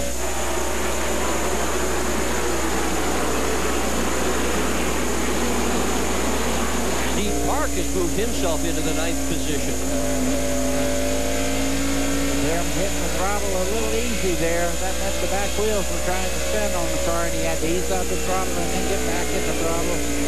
If you stay in it, it'll buzz the rear tires, and you don't have any forward bite.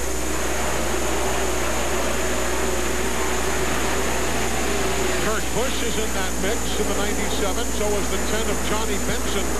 They're all battling with Kenseth and Presley, 16th, 17th, 18th, 19th, 20th. And Benson right now running in 20th spot. That's the same car he used to finish second at Bristol. Also finished second at Dover with the car. This morning, James Ince said they brought the wrong car. They just couldn't get the thing set up during much of the practice. They thought they had it a lot better for the race, but it still seems to be lacking some. Good on the very high banks, not as good here at Rockingham.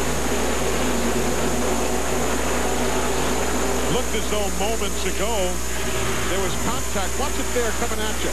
Benson and Kurt Busch. Yeah, that's just taking that. Oh, boy, that's a little more of the casual contact there. I would say that probably had something to do with the lap before. Benson got right out sideways. Did a good job of hanging on to that race car. Could have been disastrous.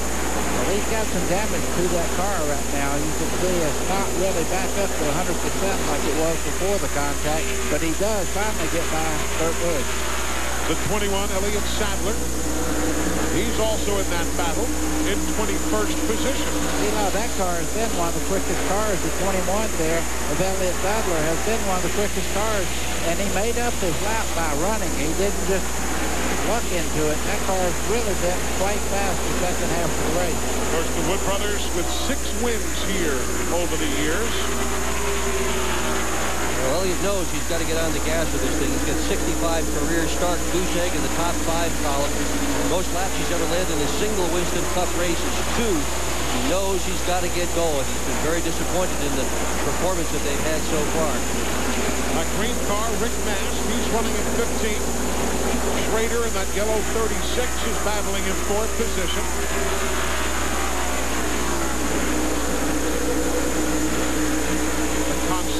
Pontiac. See how high those RPMs will go.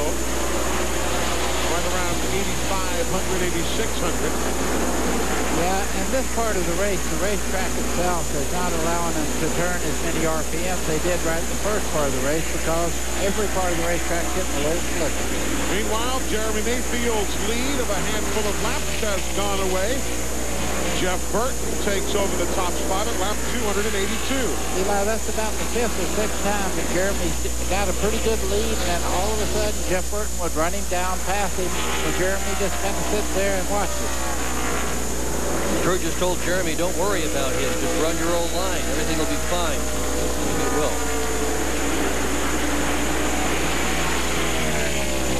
The very first NASCAR Winston Cup race here, won by Curtis Turner. The American 500 in 1965. Who'll join the list today? We'll find out soon. The Burton brothers, Ward and Jeff. Close, that's certainly the case. They have raced together, battled together. Of late, it's been Jeff who's beaten Ward, including here at Rockingham in October of '99. And they are still as close on and off this racetrack as you'd expect of any pair of brothers. And today, Jeff is running in the lead and Ward is sitting in 4th. TNN Sports live in Rockingham. Eli Gold, Dick Bergman, Buddy Baker, Glenn Jarrett, Steve Burns, Ralph Shaheen. Glad you're tuned in. Been a busy day. We've had 7 cautions. You wonder when Ward's going to make a move. And he's got it there. He's in 4th. Let's go downstairs and get an update on Ward Burton. Well, Eli, he's making a move right now. He came in on lap 256, put on 4 tires. They made an air pressure adjustment to help correct a bushing problem that they had. Now, crew chief Tommy Baldwin is radioing Ward and saying, hey, cars on the racetrack, let's get going. So he's making his move right now. So we'll keep an eye on him, as we're also watching Steve Park challenge Dale Jarrett for 8th place. Yeah, just a second ago, he drove up to Gordon and just went right on by. Steve Park driving a whale of a race today and seems to have a good car on long runs. If you're a Dale Earnhardt Jr. fan, 56 laps after he went off the racetrack, he has returned. So Dale Earnhardt Jr. is back 56 laps down. Carl Long is running again, 46 down. Michael Waltrip is back. He is 53 laps down behind our race leader, Jeff Burton. You know who I bet's really enjoying this race? Bill France Jr. sitting home in Daytona Beach, Florida. His brother Jim is here. Rode his motorcycle up from Daytona, Jim did. And talked to him yesterday. He said Bill's feeling a lot better. A race this competitive, Bill. I hope you're enjoying it. We wish you'll come back soon, and we wish you well. And that move that Earnhardt just made, don't try that at home, folks. He comes so close to the outside wall there that I thought he had hit it just for a second. I almost had to interrupt that story you were telling. You know, earlier this week I had a chance to spend some time with Rick Hendrick, who looked so very, very good after all the problems he's had. And he's here at the racetrack, of course. Let's visit with him a minute. Well, we're here with Rick Hendrick, the car owner for 3 cars out here today, Rick. And it's $1,500 for a set of tires, and maybe somewhere between 15 and 20 sets to be used per car today. Do you get a little nervous every time you see a caution flag knowing another $1,500 is going out of the budget? Yeah, we need a caution, and we need another adjustment, a fresh set of tires right now, so you have to pay the price. Gentlemen, it could be a long and expensive day for these car owners today. His son, bit of a concussion here yesterday, but doing okay. Bobby Labonte dropping back right now. Seems to be, maybe he just did that for Earnhardt as he come up on him, but he got out the throttle pretty hard getting into turn 1 just now, and Earnhardt just went right on by. Look at Earnhardt all the way up to the wall. Meanwhile, Glenn Choward, as you would expect, has a different slant on the tire story of the day.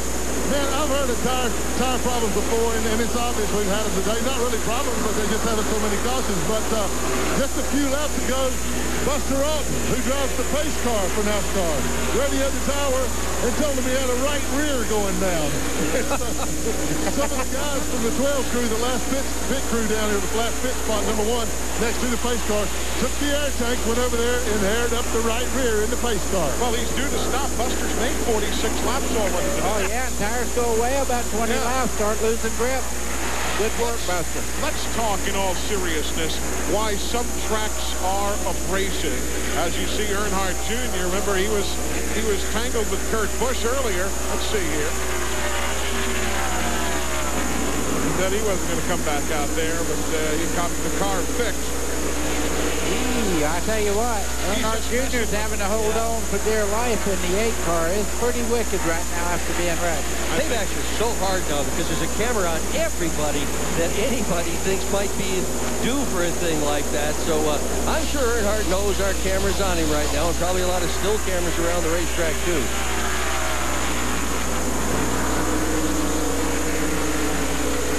See as Earnhardt Jr. closes in again. Giving him a miracle. This is not for position. It's nothing other than probably to mess with the mind of young Kurt Busch a little bit after it was Busch who hit Earnhardt Jr. in the caboose and sent him spinning earlier. It looked from our long-range camera as though Earnhardt Jr. had done the same to Jimmy Spencer.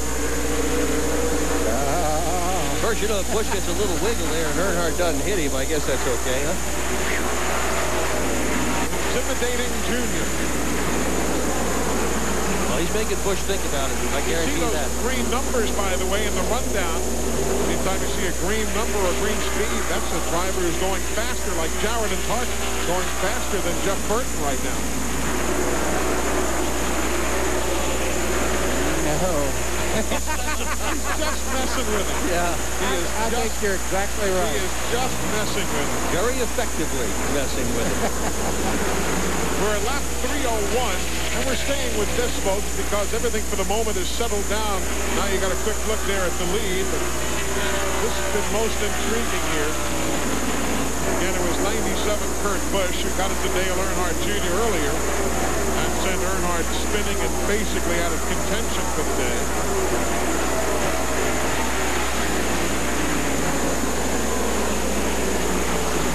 While we're watching this, buddy, I was about to ask you, why are some racetracks abrasive to tires and others are not? Is it because this track, for instance, has more sand flying around in the area, this being the sand hills of North Carolina? Why this track and not others? Well, certainly the sand has they call it sand hills, and you do have a lot of sand, but you also have a different surface at most racetracks. Talladega, for instance, is a different surface. Wow, I'm telling you what. I'm watching this with one eye and trying to answer the question. But Talladega is different than, say, Daytona as far as the grip you have on the racetrack. Every racetrack has a different formula. Here, it's very abrasive. You go down there, it's almost like sandpaper in the corners, and it really works on the tires. Rockingham, one of the toughest. Darlington, another. Very abrasive racetrack. And you hear the guy say, we roll the tires in the pit so we don't take any of the good out of them, get them ready to go on the car. So we talk about tire wear and why it is always a factor in one racetrack and not necessarily in another, because the compound, the construction of the track, and oftentimes the area, with this being the sand hills and the abrasiveness of the asphalt itself. Jeff Burton leads with 88 laps from the finish. He did when he first started. He was almost a lap down before. Jeff Burton, second place, Jeremy Mayfield. That is on your screen right there. Burton took the lead at 282. We're now at lap 311. Mayfield running in the second spot. Letting you know exactly where everybody else is on the racetrack. Rusty Wallace will be next in the picture. There he is.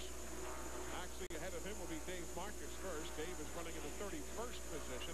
Dave is some 8 laps behind the race leader. Then you drop back. There you see Rusty Wallace. He is in the 2 car, the 22 Ward Burton.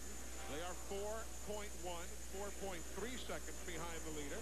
You've got Ricky Rudd in the 88. Coming out from underneath the scoring there, you see Dale Jarrett. He is in 6th spot, 4.8 seconds behind the race leader.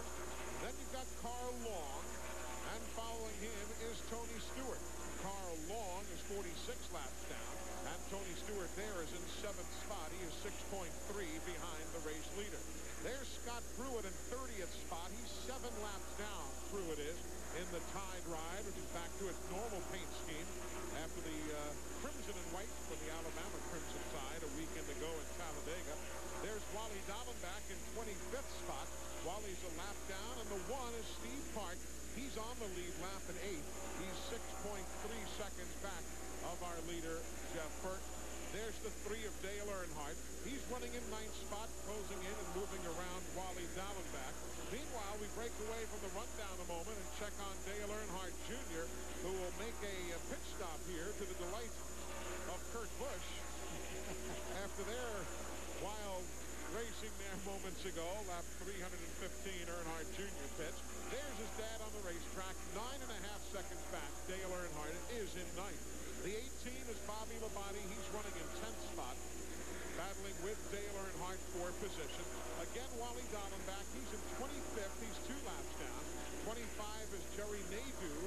He's in 28th spot, and he too is a couple of laps back. There's Bobby Hamilton running in the 4, still on the lead lap, 11 and 9/10 behind the leader. Hamilton is in 11th. There you see Mike Bliss, 2 laps down. He's in 26th in the Viagra machine. Then Jeff Gordon, he was in the top 5 a while ago. He is backslid now to 12th spot as Bobby Labonte peels off and makes a pit stop. So Bobby Labonte will pit at lap number 317. 76 laps from the conclusion. Ralph Shaheen is there. Bobby Labonte makes his way down on pit road. Eli, they go to the right side of the car, changing tires on the right side. They even pull one of the windshields off of the cars. You know, they have the film on top of the windshield. They pull that off. The right rear tire was going down, so that's why they had to come in to change the tires for Bobby Labonte in 16.9. Others pitting on the same lap are Brett Bodine. Andy Houston is in as well. These pit stops at lap number 317. Continuing our run through the field, we talked about Jeff Gordon. He is in 11th spot. And Jeff is on the lead lap, 14 and 7/10 behind. He's racing with Joe Nemechek, who is in 12th. Joe is 15.2 behind our leader, Jeff Burton. As you see some of the numbers that Joe Nemechek continues to post. Behind Nemechek, you've got Rick Mast running in 13th spot. Then the 10 of Johnny Benson. They are running in 14th position. They are still on the lead lap, both of those gentlemen are. They are 15.7, 16 seconds. Big fire in the pits. Big fire in the pits. Big fire in the pits. Steve Burns is there. Well, guys, we were in Rusty Wallace's pits, and we looked at as Matt Kenseth was pitting. Can't see if any crewmen had been hurt. Now a lot of other teams rushing in, trying to move gas cans out of the way. Lots of smoke now. They're trying to get the fire out, but a big fire in Matt Kenseth's pit. A fire brings out caution. Caution at lap 321 in the Matt Kenseth and Kurt Busch pit areas there. The leader is the 99, Fire. The pit road is closed, as you can imagine. And caution for the 8th time. A scary fire, and it was a big one as pit road fires go. Eli, and one of the reasons caution's out, look at all the smoke down in turn 1 there. Visibility is almost gone. They are calling for ambulances, and you'll see them pirouetting into picture here in a moment. They're also bringing some additional fire safety crews down to the scene. Steve? Yeah, Rick Mashinsky is the gas man on the 17 car, and they are putting ice around his neck. The emergency workers are here. He's on his knees, and as I said, they're putting ice down his uniform, trying to keep him cooled down. Rich Mashinsky, the gas man on the 17 car. Jack Roush, of course, with that distinctive hat of his. You see him front and center there as the concerned crew members from all of the different organizations look on. Rick Mashinsky, the fueler, the gas man. That was a scary, scary deal. Lots of fire down there.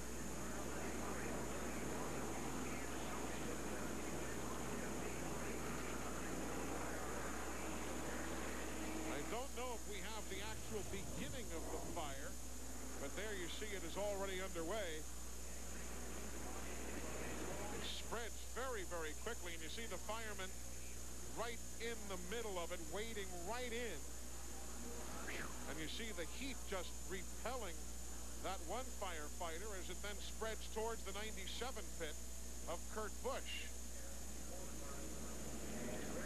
Well, there's firefighters all up and down pit road here in these NASCAR races. They needed a lot of them, and it's a good thing they had them. Again, that was on replay. We're now back to live coverage.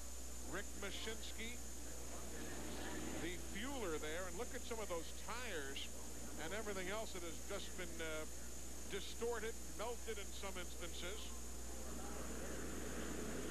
See Jack Roush talking with the NASCAR officials. And maybe, I'm sure, once everything calms down, we'll find out exactly how the fire started. Pit road remains closed, as you can imagine, under the caution. We'll be back with more from Rockingham right after this. We are back here at Rockingham. Pit road has not yet opened. There is extensive cleanup from all of the fire extinguisher material and all that you see being swept away. The Lowe's pit for Mike Skinner just adjacent. Again, on tape, here's what happened. You can see crew members scurrying. See Larry McReynolds there on top of the war wagon for the Lowe's team looking on to try and get a view through there. Robbie Reiser is down there with Steve, I believe, fellas. Yeah, they're talking it over right now, Eli. Robbie Reiser talking to a guy in the 90s, one of the crewmen off the 97 team. Robbie, scary incident. Tell us what happened. Just car lighted the can up on fire, I guess. You know, everything happened so fast. You peel in the car, and next minute we had fire all over the place, and we got a couple guys hurt here. So that's more of our concern right now is the guys that are hurt than what we're doing here. We saw the gas man, Rich Mashinsky, being taken away. Anybody else injured? From what I know, I just got 2 guys that are injured. That's all I really know right now. I'm just trying to get this mess organized here, I guess. Robbie, know how serious the injuries are? Did you talk to the guys hurt? I just know they're burned. I don't really know. Okay, thank you, Robbie. Let's go to Ralph. Well, I'm with Larry McReynolds, who's the crew chief of Mike Skinner, pitted right next door. Larry, what did you see happen? Well, I knew when they dropped the jack on the left side, I saw some fire come out from underneath Matt's car. And you saw him leave, and you saw the trail, which sometimes that happens, and I thought maybe it was done, but then I looked over and just seen like an inferno over there, and it's probably the biggest fear of the pits is a fire, and just certainly hope everybody's okay. And in the dilemma we had, on our last stop, we elected not to put fuel in ours to make some major adjustments, because again, there's no way you can go 90 laps here on a full run because of the tires. So we was within about 3 or 4 laps of having a pit because of being low on fuel. So thank the good Lord, everything's okay. We just hope everybody with the 17 cars okay. Is everybody okay on your team? Yeah, a little covered in powder, but we're okay. Well, that was going to be my next question. I see everything's covered in flame retardant stuff. Will that affect your tires that you have sitting back here that are covered in dust now? No, I don't think so. You know, again, this pavement will wear the dust off pretty fast, too. We're going to pit. He's got to get it off his tires, though, Eli. Indeed, and pit road is going to open now. There's the gas can that was involved in that. You know, you got to think. Eli, this thing always has a neck on it like that. I'm sorry that we didn't stay with that can, but it has a neck there, and it was broken off at the fitting there. That was probably done as he was leaving, and the gas man tried to snatch the quick coupling that they have to gas these cars up with. Lap 328 now. All the leaders are coming into pit. Lap 328 of 393.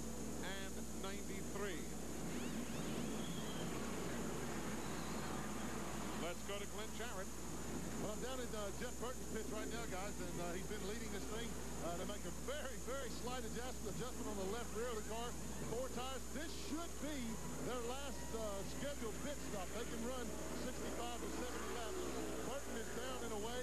He gets out in front of Rusty Wallace, Dale Jarrett, and Ricky Rudd. So great stop for Jeff Burton. I tell you, all these guys in the pit have done a tremendous job all day long with their pit stops.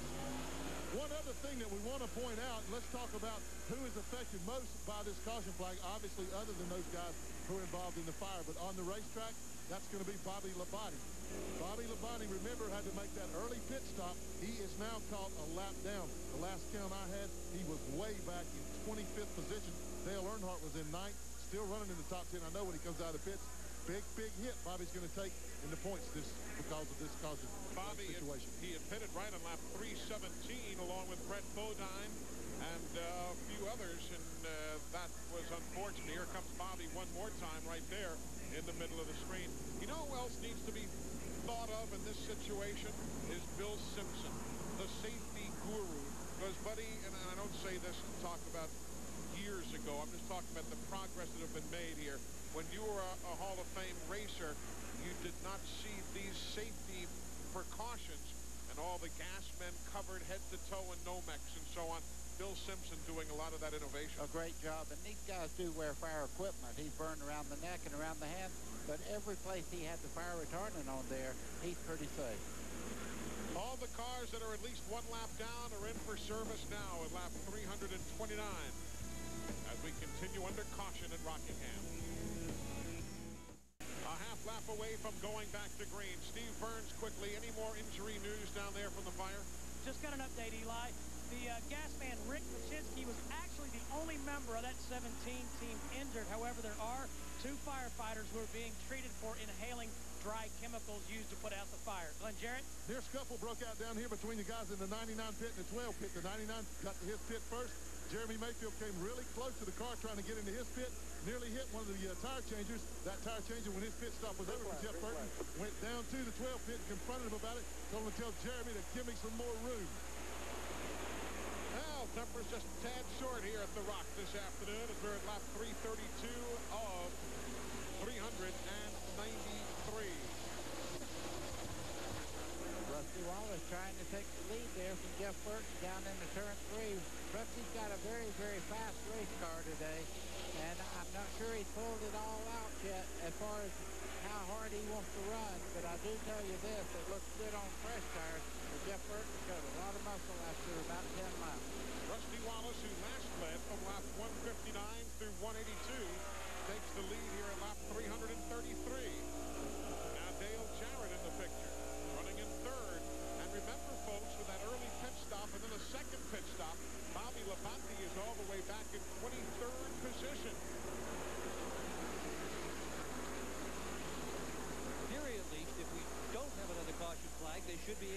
distance. But if history repeats itself here at Rockingham, we'll have at least one more. You know, Glenn was talking about that little scuffle down there. Watch what happens. Looks as though Jeff Burton's Jackman was brushed here. Watch this. Yeah, that's what happened. That is as close as you can get. About made a sandwich of the man. The guy changing the right front had to jump back also. That's Chuck White. That's what went on down there to start that little stare down. That's Glenn reported. Burton's guys yesterday won the pit crew competition here at Rockingham.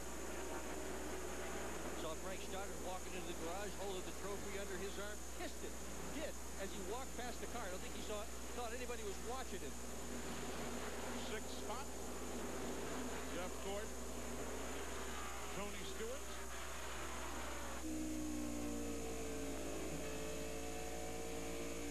With the view from John Andretti's car.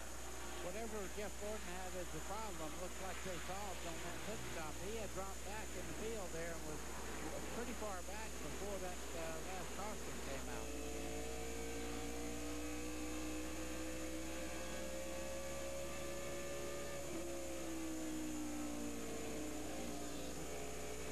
Jeremy Mayfield, he's back in 20th position right now.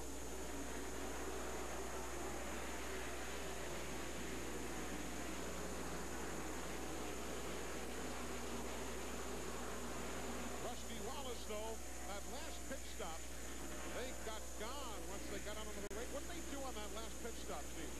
Eli, they were pretty aggressive. On the stop before, they didn't do anything but change tires. But this time, they raised the track bar in the right rear a quarter turn and one round of bite in the right rear. So pretty significant changes to that two car.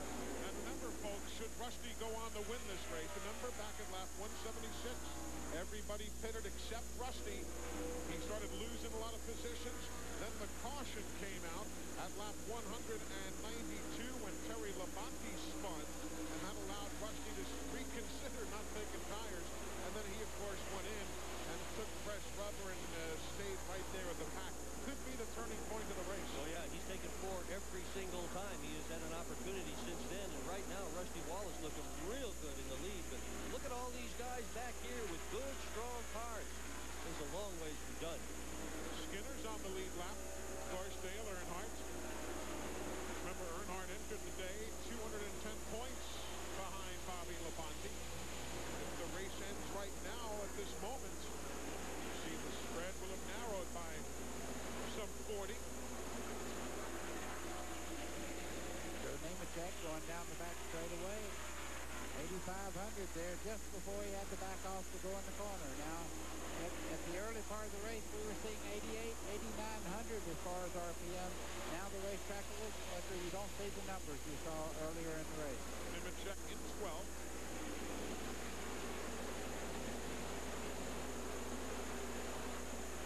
Rick NASCAR did a little wiggle there. You don't do that many times off turn 2 and get the car back, but Rick Mast is a very, very fine race car driver and caught the car right back up.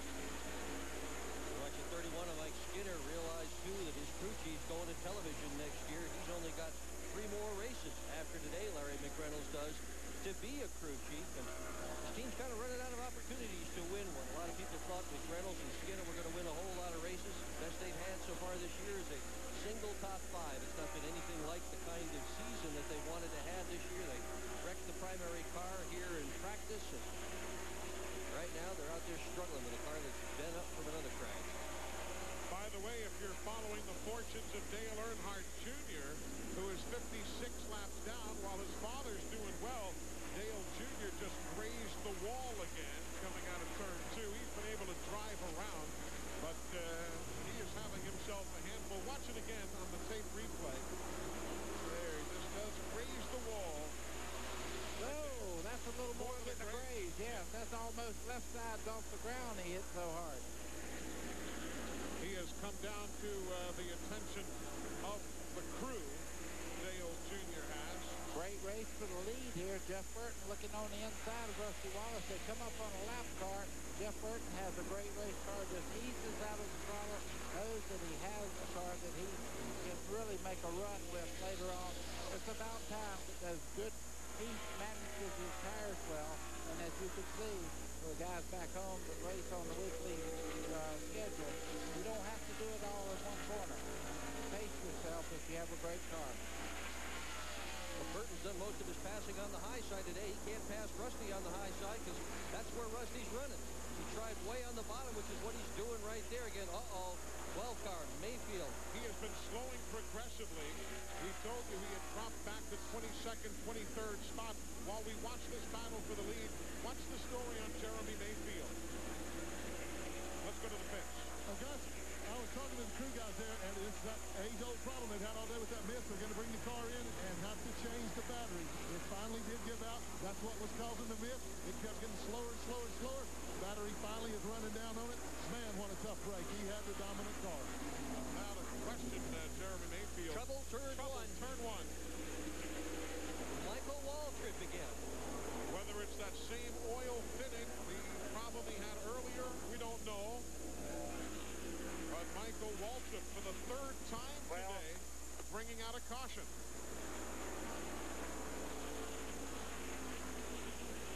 We had talked about... Okay, did she go big? Yeah. Yep, she went big, says Michael.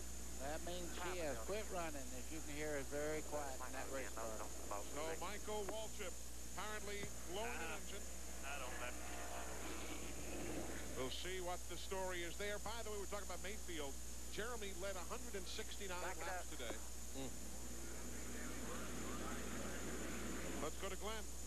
Well, guys, talking about Michael Waltrip for a real quick minute here, you have to think that all that oil he lost earlier when that oil line came loose had to have damaged that engine inside because it had to run it low on oil. He put a lot of oil down on the racetrack, and it finally showed up when that thing let go. We're standing beside of Jeremy's car now. They're working on it, and they've just about got the battery out of the thing to put the other one in. But tough break. I'm telling you that. You just had to know, though, all day we've been talking about that car missing. There was something to it, and it finally did show up. Here's Steve Burns. Hey, thanks, Glenn. Rusty Wallace is in for service. Last time they raised the track bar. Now they're going to lower it a little bit. Rusty said the car is a little bit loose. Right side tires are on. Now the left side tires go on. Let's go to Ralph. Pretty good quick pit stop down here for Jeff Gordon to rev him up as he is running the lead. And he's going to get out just in front of Ward Burton. Glenn? And Jeff Burton is in. He had just a little bit of trouble there. He's going to come out in about 5th place. I saw Dale Jarrett, Ward Burton, and a couple others go by him. So not the best pit stop they've had all day. They've had good ones all day until that one. I'll go down and check and find out exactly what went wrong. So we are under caution for the 9th time. Last year, we only had 3 caution flags in this race. Heck, this spring, back in February, we only had 4 cautions for 22 laps. Today, 9 cautions already for some 56 laps. Now the lap machines in for a stop at lap 351. So green here at Rockingham. For the first time today, Dale Jarrett leads. Rusty Wallace is way back in 8th. What happened, Glenn? Well, I think Steve will have that story, Eli. I'm down in Jeff Burton's pits, and the problem they had on their with their pit stop was the rear tire changer Todd Foster fell as he crossed the wall. Let's go to Steve. Thanks, Glenn. Yeah, I found out what happened to Rusty Wallace. Just talked to crew chief Robin Pemberton as we go back to green. The lug nuts fell off or came off the wheel on the right rear tire because they've been going through so many sets of tires. The lug nuts had not the fasteners had not hardened. He said they'd only been on the wheel for about 20 minutes. They used a weather stripping, and that adhesive had not set yet, and that's why they all came off. My goodness, always something.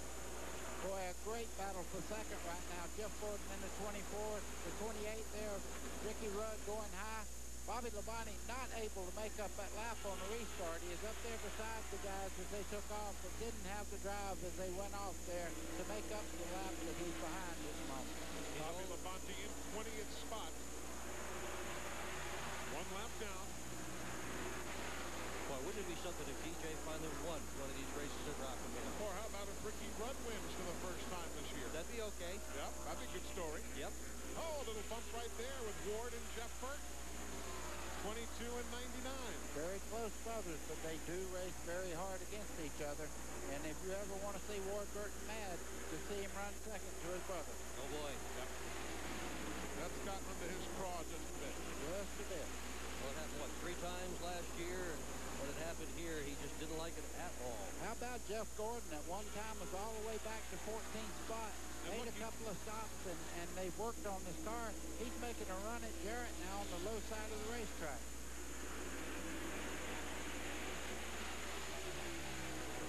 Gordon trying to grab the lead. Watch this during the Burton battle. Bounced off the wall. Look at all those green speeds there now. Those guys running faster than Dale Jarrett. Anytime you see a green number, they're going quicker than the race leader. They might be doing it, but he's still leading the race right now, and he's running a groove that he feels he can maintain good tires and run around. You see the racetrack. Both of them have the cars set up a little bit differently. Jarrett running high, the 24 there, Gordon much lower in the corners. What an interesting year Dale Jarrett has had. Started out winning the pole in the Daytona 500. Everybody thought he was going to be the champion again compared to last year, where he started up Daytona 500 upside down. Everybody thought he had no chance to win the championship. He won it anyhow. Just 34 laps to go.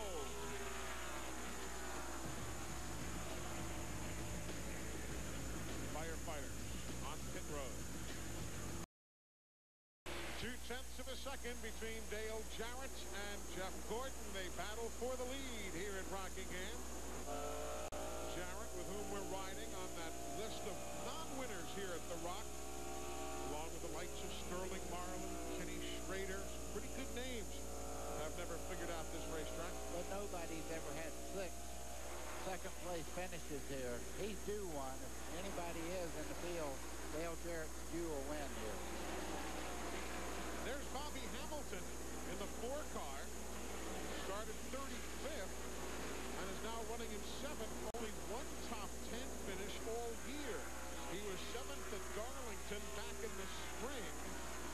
And conversely, 10 times this year, they have not been running at the end of the event. So nice to see Bobby Hamilton. He'll be leaving the Morgan McClure team at season's end. But nevertheless, good run for him as he is being battled there by Jeremy Mayfield. Look at that. Hamilton has changed 28 spots today. More than anybody else. He runs so well here. He led 42 laps in the spring race. It looked like a winner until he had ignition problems. Did win this event in 1997. Bobby Hamilton runs extremely well here at Rockingham. By the way, Dale Earnhardt is back now to 18th. And Bobby Labonte is running 20th. So those of us who are all keeping our eyes on the battle for the NASCAR Winston Cup Championship, right now there's only 2 positions between the top 2 point men. And there's Earnhardt and Elliott. They are battling for position. That's for 18th place on the racetrack. Earnhardt's got a problem with this car being able to maintain good corner times, and you can see right now he's settling his way as Bill Elliott goes right on by. And the other bad part of what's happening to Earnhardt at the moment is Bobby Labonte's picked it up. He's running with the lead cars, trying to get back in the lead lap. It won't be long before they'll be racing each other. Earnhardt's car just so tight he can't even turn it. You can just watch the set it's taken going into the corner. He restarted in 10th, and he's all the way back to 18th now. And we do this every race. We talk about tight and loose. When we say a car is tight, that means the front end of the car is not sticking properly. You turn it left and it goes up the racetrack. When you hear loose, that means the back end is breaking traction in. There's Labonte right there.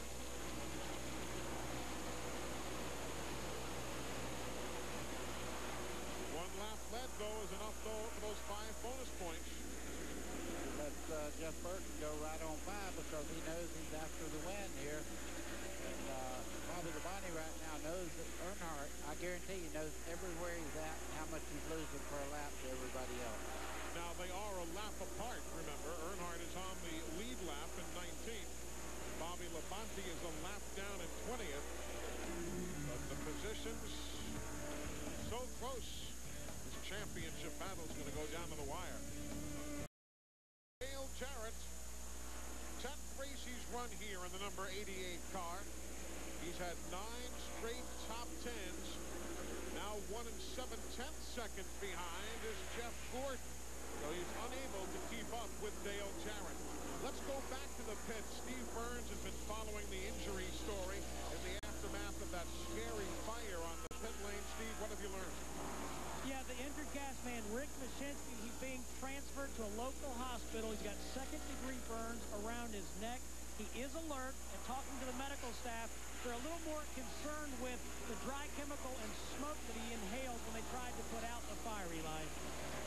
Steve, thanks for the update, and certainly, folks, I know we'll all keep you informed over the course of the next number of days. Your local newspapers and TV and radio stations will also have information for you in your own local communities. Ricky Rudd, I'll tell you something. He's given Jeff Burton all he wants just ahead of Bobby Labonte there. You're exactly right. They've been going at it and going at it. Jeff Burton's been up to the door on Ricky Rudd 3 or 4 times, but just can't let the pass on him. It's tough for either one of these guys to win the race. Rudd right now is well back, 3.9 seconds behind the leader, and not closing by any stretch of the imagination with just 13 laps to go. By the way, Dale Earnhardt Jr. fans, he is not going to be able to continue after the bounce off the wall there earlier, and he is done for the day. He will finish in 34th position. They will not be able to repair the car. Look at Tony Stewart's number there. It's green. He's running quicker right now than Dale Jarrett, and you realize Tony Stewart, he lost 8 spots on pit road during that last caution. He came in 10th, went out 18th. Now he has worked himself back up to 9th place as he battles with 10 laps to go and takes the spot away from Bobby Hamilton. Ralph? Oh, Eli, he had a horrible vibration and was going to have to pit anyway. Apparently, the lug on the left rear tire did not get put on the car, or it fell off once the car left pit road. So he was really struggling. So he needed that extra pit stop. Lost a lot of time in the pits, but is charging to the front. Tony Stewart on the move, the quickest car on the racetrack. Well, right behind Ricky Rudd now, who is actually a tick on the clock quicker. Everybody chasing Dale Jarrett, who is 2 1/10 seconds up on Gordon. Jarrett over the years has finished second here to Ricky Rudd. He has finished second to Dale Earnhardt, finished second to Jeff Gordon, he's finished second to Bobby Hamilton. He has finished second to Mark Martin.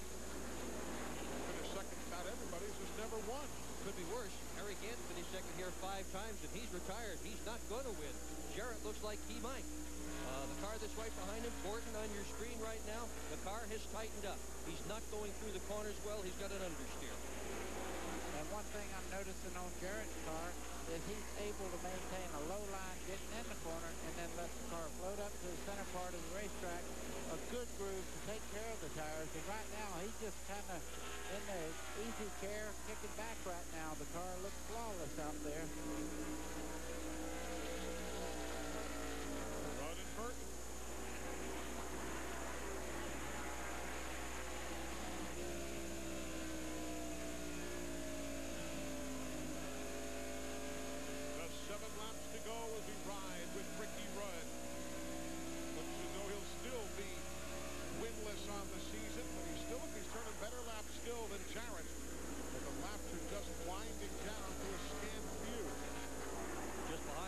Rusty Wallace in 5th position. The lug nuts that fell off on that pit stop quite possibly cost him the race.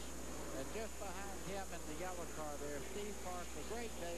He's had a good race all day long, been in the top 10 most of the day. Park has really come into his own this year. Done a terrific job. Of course, that win at Watkins Glen for the home state fans.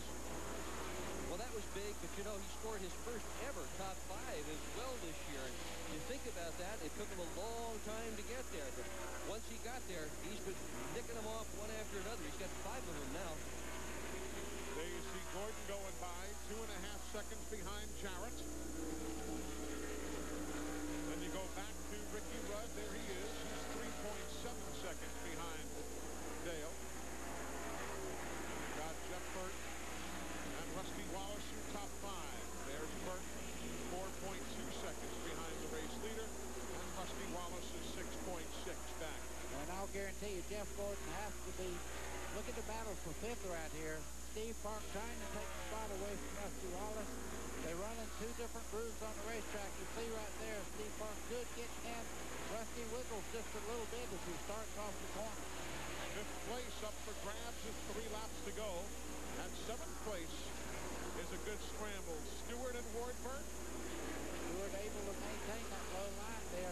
They battled several times before. It looks to me like right now, oh boy, the great run that Ward Burton got off the corner there. Stewart able to get in the corner much quicker, but boy, also high line there. That 22 car accelerated quite well.